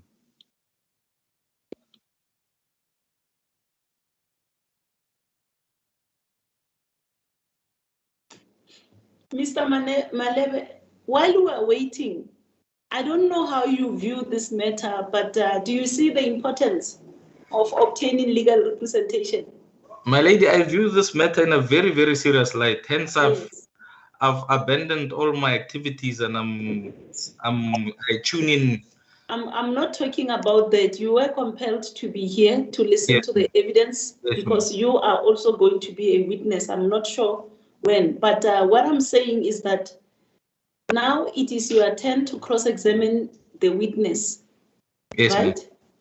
So I wanted you to proceed. I'm trying to guide you because even before you started, I alerted you to the procedure that you're going to follow to say, please also listen to what the legal representatives of the other witnesses, in particular the NGOs, the questions that are going to be posed to this witness. And I don't want to be repeating what I've said to you. Yes, my lady. In the meantime, can I check? I see Mr. Sibara is back in the meeting. And I don't know whether everybody is back. I don't know how far We are the present. covered, I'm present myself. but I'm back now. Okay. All right. Tisaso or Mr. Malebe, if you can look at this particular paragraph on page 530. Ma'am, I don't have access to it. You don't have access to the documents? Yes. You don't have case line? No, I don't have case line, my lady. Yeah. Mr. The evidence leader, can you assist us because it means. My lady, I did my team. I can't hear you. Oh, where do you find the case line here? Maybe it's somewhere here. Yeah. I did invite them both to case lines, my lady. Were you not Everybody's invited to case lines. Were you not invited to case lines? Sorry? Were you not invited to case lines? I'm not. Were you not invited?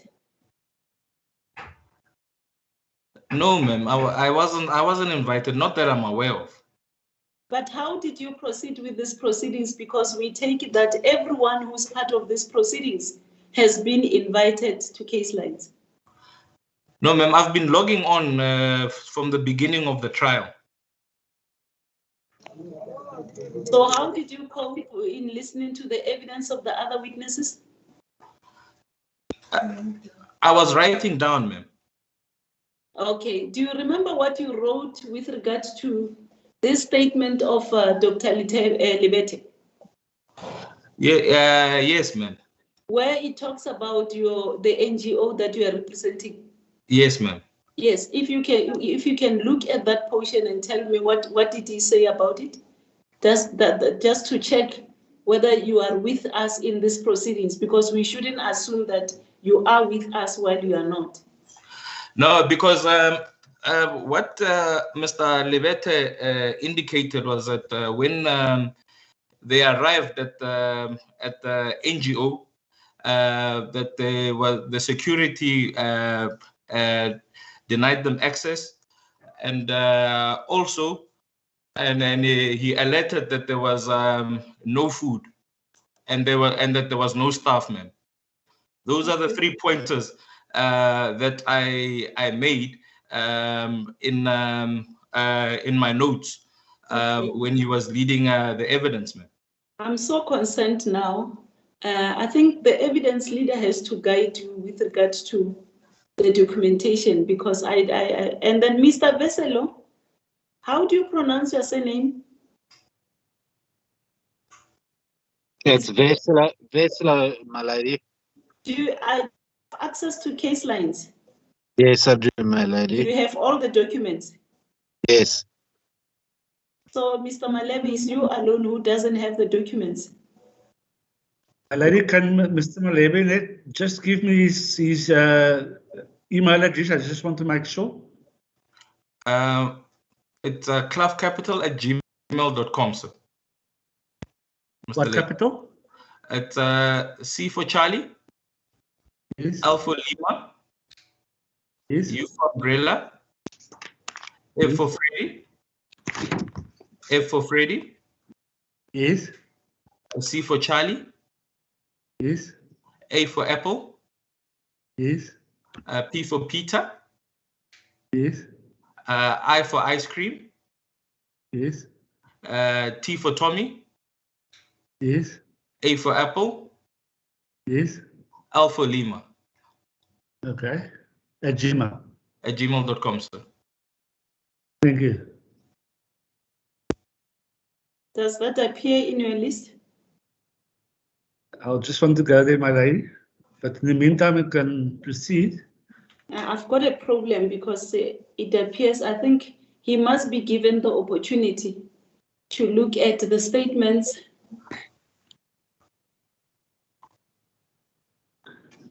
My lady, if you may permit me 1 minute, please. Come again? If your ladyship would allow me to say something while Mr. Late is looking. Yes, yes, you can. I have a list of NGOs and other individuals who have in their statements mentioned Dr. Lebete. And I was wondering, would it not be convenient to check, are they in the meeting? Have they listened, and are they willing to cross-examine Dr. Lebete? The process is still going on. I'm still with this one now. I'm aware of the others, and I know that there are those that do not have legal representation as we speak, especially the 3. I think it's Ms. Noile, Ngube, and Kerina Morale. And we also have a problem with Dorothy Sekukuni. So you just jumped the gun. So I went for DSESO because I knew that he had opted not to seek legal representation. So yes. As the court pleases, but there's more on my list, but I will await and take guidance from your ladyship. If you can assist me, who are the others? Because the ones that I have, these are the only, it's going to be these 3 plus Dorothy Sekukuni. That is the one who was represented by Mr. Supin. Am I correct? Yes, my lady. Yes. And in respect... Who withdrew, yes. Do we have the others on the list? Yes, and I would like so Mr. Malebe to listen to what I'm saying to you now because it affects him. Yes. There is a statement on page 337 to 347 on case lines. 337 to 347. 347, yes. It is a statement by Sandra Tema. Yes. According to the statement, she owns Ribafeng. Oh, that's the other one at the other house. The other house. Whom Dr. Lebete mentioned in his statement. Tisetso had said on a previous engagement with you, either yesterday or Friday, but previously, I don't recall. That he's the one representing. He represents Bafenyi, and Bafenyi does not have an own, it's not owned by nobody because it's got a board. And obviously, I'm sure he can be corrected with that assumption. Dorothy Sikukudi, yes, is represented. Mahlodi Daphne Ndlovu, her statement is on 538. She also in her statement mentions Dr. Libete. Yes. Miss Mahlodi Ndlovu, is she not represented by one of the council who are here? I think so. Yes, I think if I can't remember now whether it is just a second for me. Sorry, lady, she's represented by me.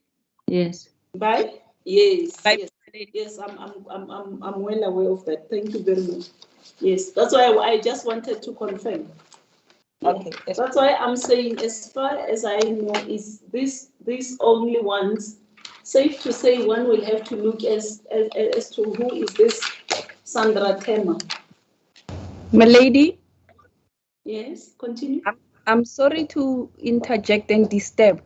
I was wondering if perhaps I could try and share the particular page on the MS Team platform for Mr. Malebe to have a page, to have a look at the particular paragraph. I think I may have found a way to share this page of the case line document whilst he's still going to try and access case line that Mr. Late has forwarded to his email. Yes, but now I've got more concerns to say, he needs to be given time. Because if he doesn't have documents, if he has never had sight of case line, because all along I thought he was following the proceedings on case line. As the court pleases. So I think it won't be fair for us to want him to cross-examine this witness while he has not familiarized himself with all the documents. As the court pleases, my lady. If I can just interpose again, maybe this would assist. I'm having sort of an appointment with the 3 NGOs next week, Monday. Yes. In Pretoria. Yes. That is Miss Dorothy Skukuni, Diana Noile, and Miss Ngube. You must also add Miss Karina Morale. Yes, Miss Karina Morale. I'm going to propose to Mr. Malebe to reconsider his position. Because those 3, they are going to the legal aid, to the Law Society on Monday, the 20th of September, so that the Law Society can facilitate pro bono with the bar.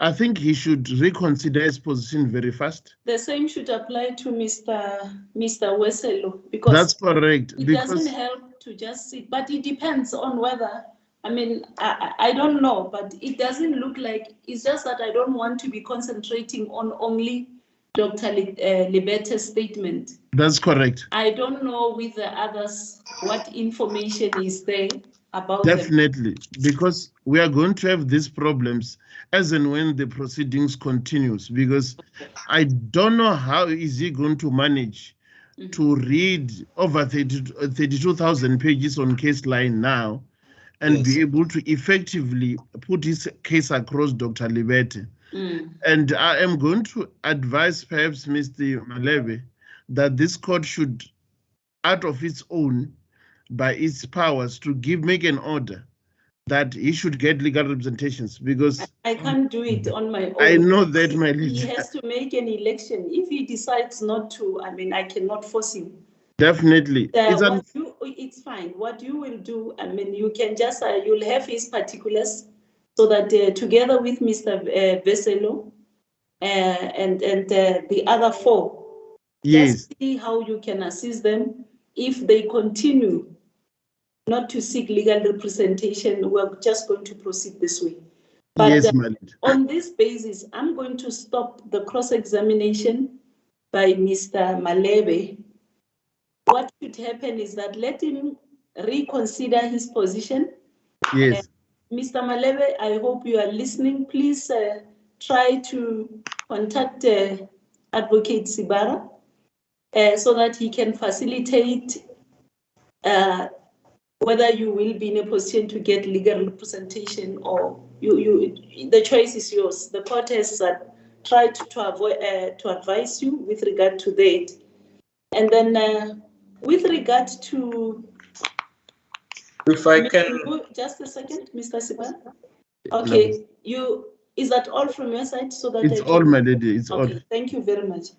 With regard to Ms. Ngube, there is Ms. Ngube, Ethel Ngube, Ms. Diana Noyile. If you can just put your hand down, and then Mr.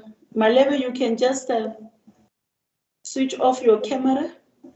And then let me see, I want to speak to Ms. Ngube, Diana Noyile, and I think Karina Morale, and there is also Ms. Dorothy Sikukuni.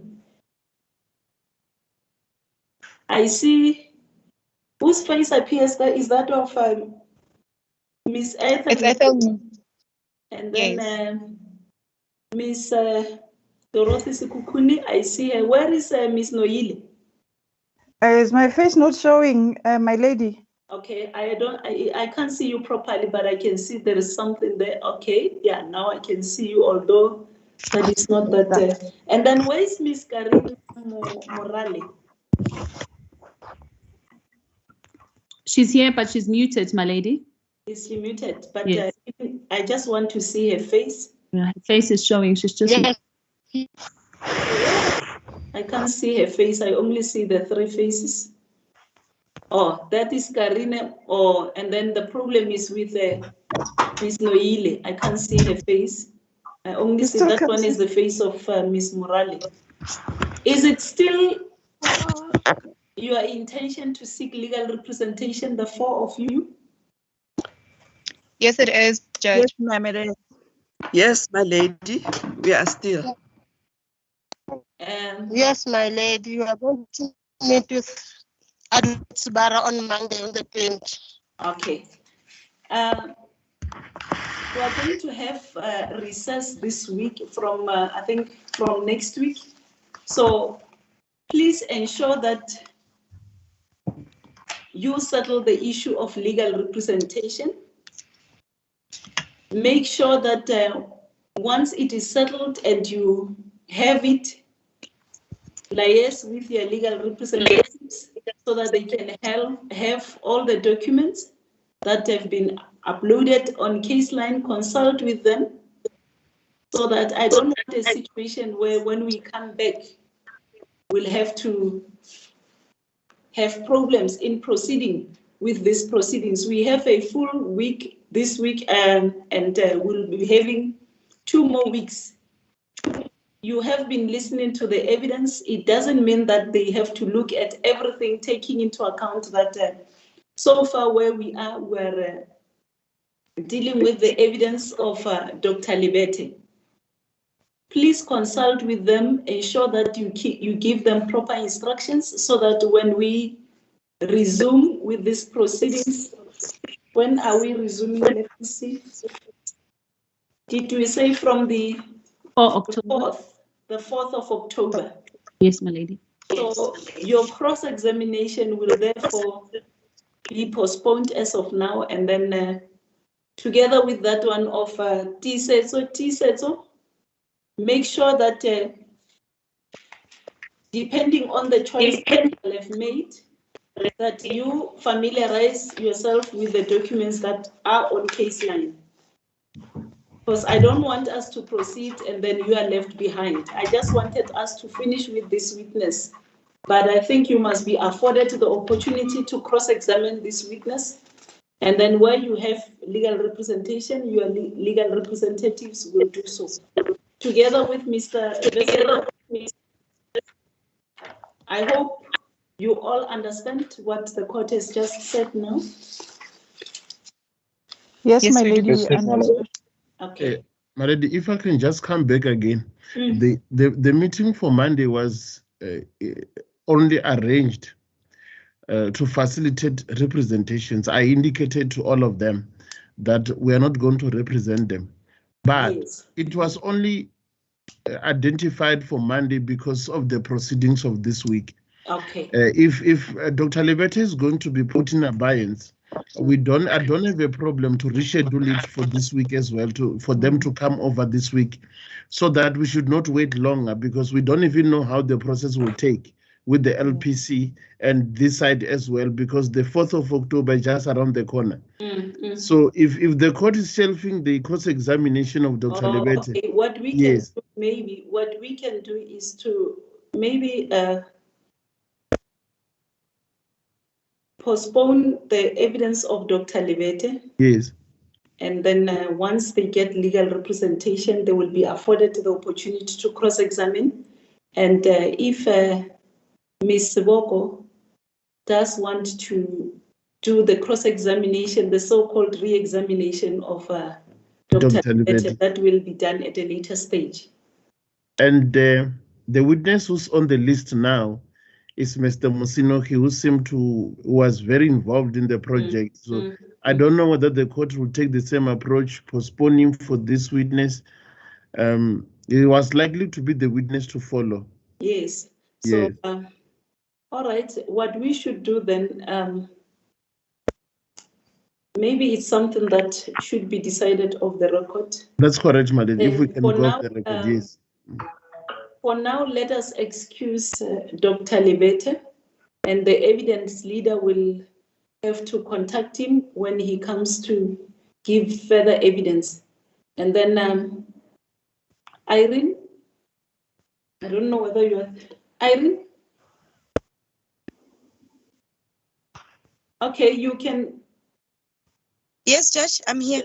Okay, just look at your phone, and then the four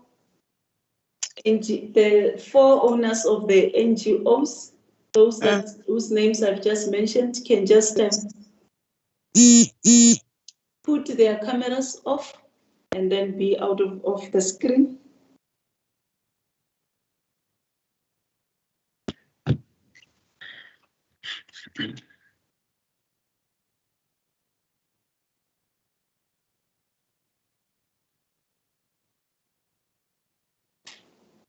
Please, the court, madam. Thank you very much. Yes, madam. I think the best way.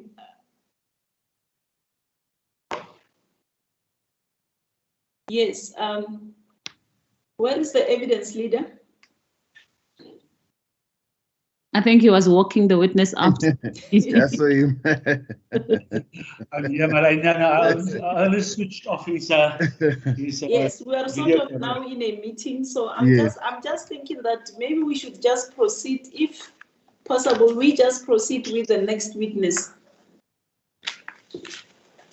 I don't know, and then so that we shouldn't stop, because if I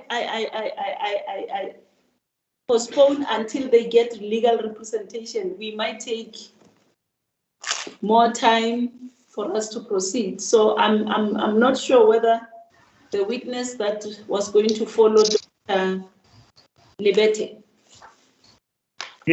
was ready to proceed after Dr. Libete. Yes, Mr. Nochi. Taking into account what is happening, obviously we're going to have the same problem. Yes, Mr. Mosinochi is the next witness, but he's not available now. We didn't expect this witness to finish at this time. It's now 15:30. It's only half an hour left. No. I'm just referring to tomorrow. Tomorrow, that's correct. Yes. Can we proceed with him tomorrow? And then we can continue with him, and then obviously once they get legal representation, those other witnesses, in case we have to postpone their cross-examination, we'll just have to do the same. Can I then ask Ms. Kotwa to make a witness available, to arrange for his availability tomorrow? I think Mr. Msenochi is represented by Ms. Ramainela and Ms. Mathape. Indeed so, my lady. As the court pleases, that's correct, my lady. Okay. So are you comfortable if we continue with the evidence of Dr. Msenegi in the meantime? Yes, the evidence of Mr. Mosenogi, my lady. Okay. In any event, we had warned him that Dr. Libete might be finished today, so tomorrow he would have to come over to the offices of Mr. Late. Okay. So thank you very much. Then it means we agree, taking into account that he's not available now, we will proceed with the matter tomorrow morning at 10 o'clock with the evidence of Mr. Msenegi. As the court pleases. I just say something for the benefit of my learned friends. There are two statements of Mr. Mosenogi under the heading of general statements. Indeed, so. Do you have those pages so that you can? But I know they have been referred to a number of times, but it's always going to assist where you can assist. My lady, it's A19, which starts at page 534. And the second statement is A35, which starts at page 1054.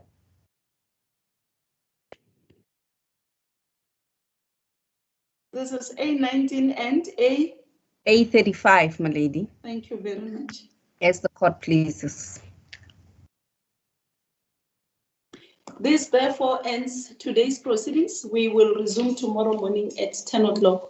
Thank you very much. My lady, I'm sorry to interrupt. I just want to excuse myself for tomorrow. Mr. Klein, Advocate Klein will again stand in for me. I will not be available tomorrow. And then I can just maybe place on record that Mr. Mosenogi also testified during the arbitration hearing from page 22448. There's evidence, his evidence also from 22448 is his testimony during the arbitration hearing. Thank you very As much. a court pleases. Anybody else want to say something before the proceedings are adjourned?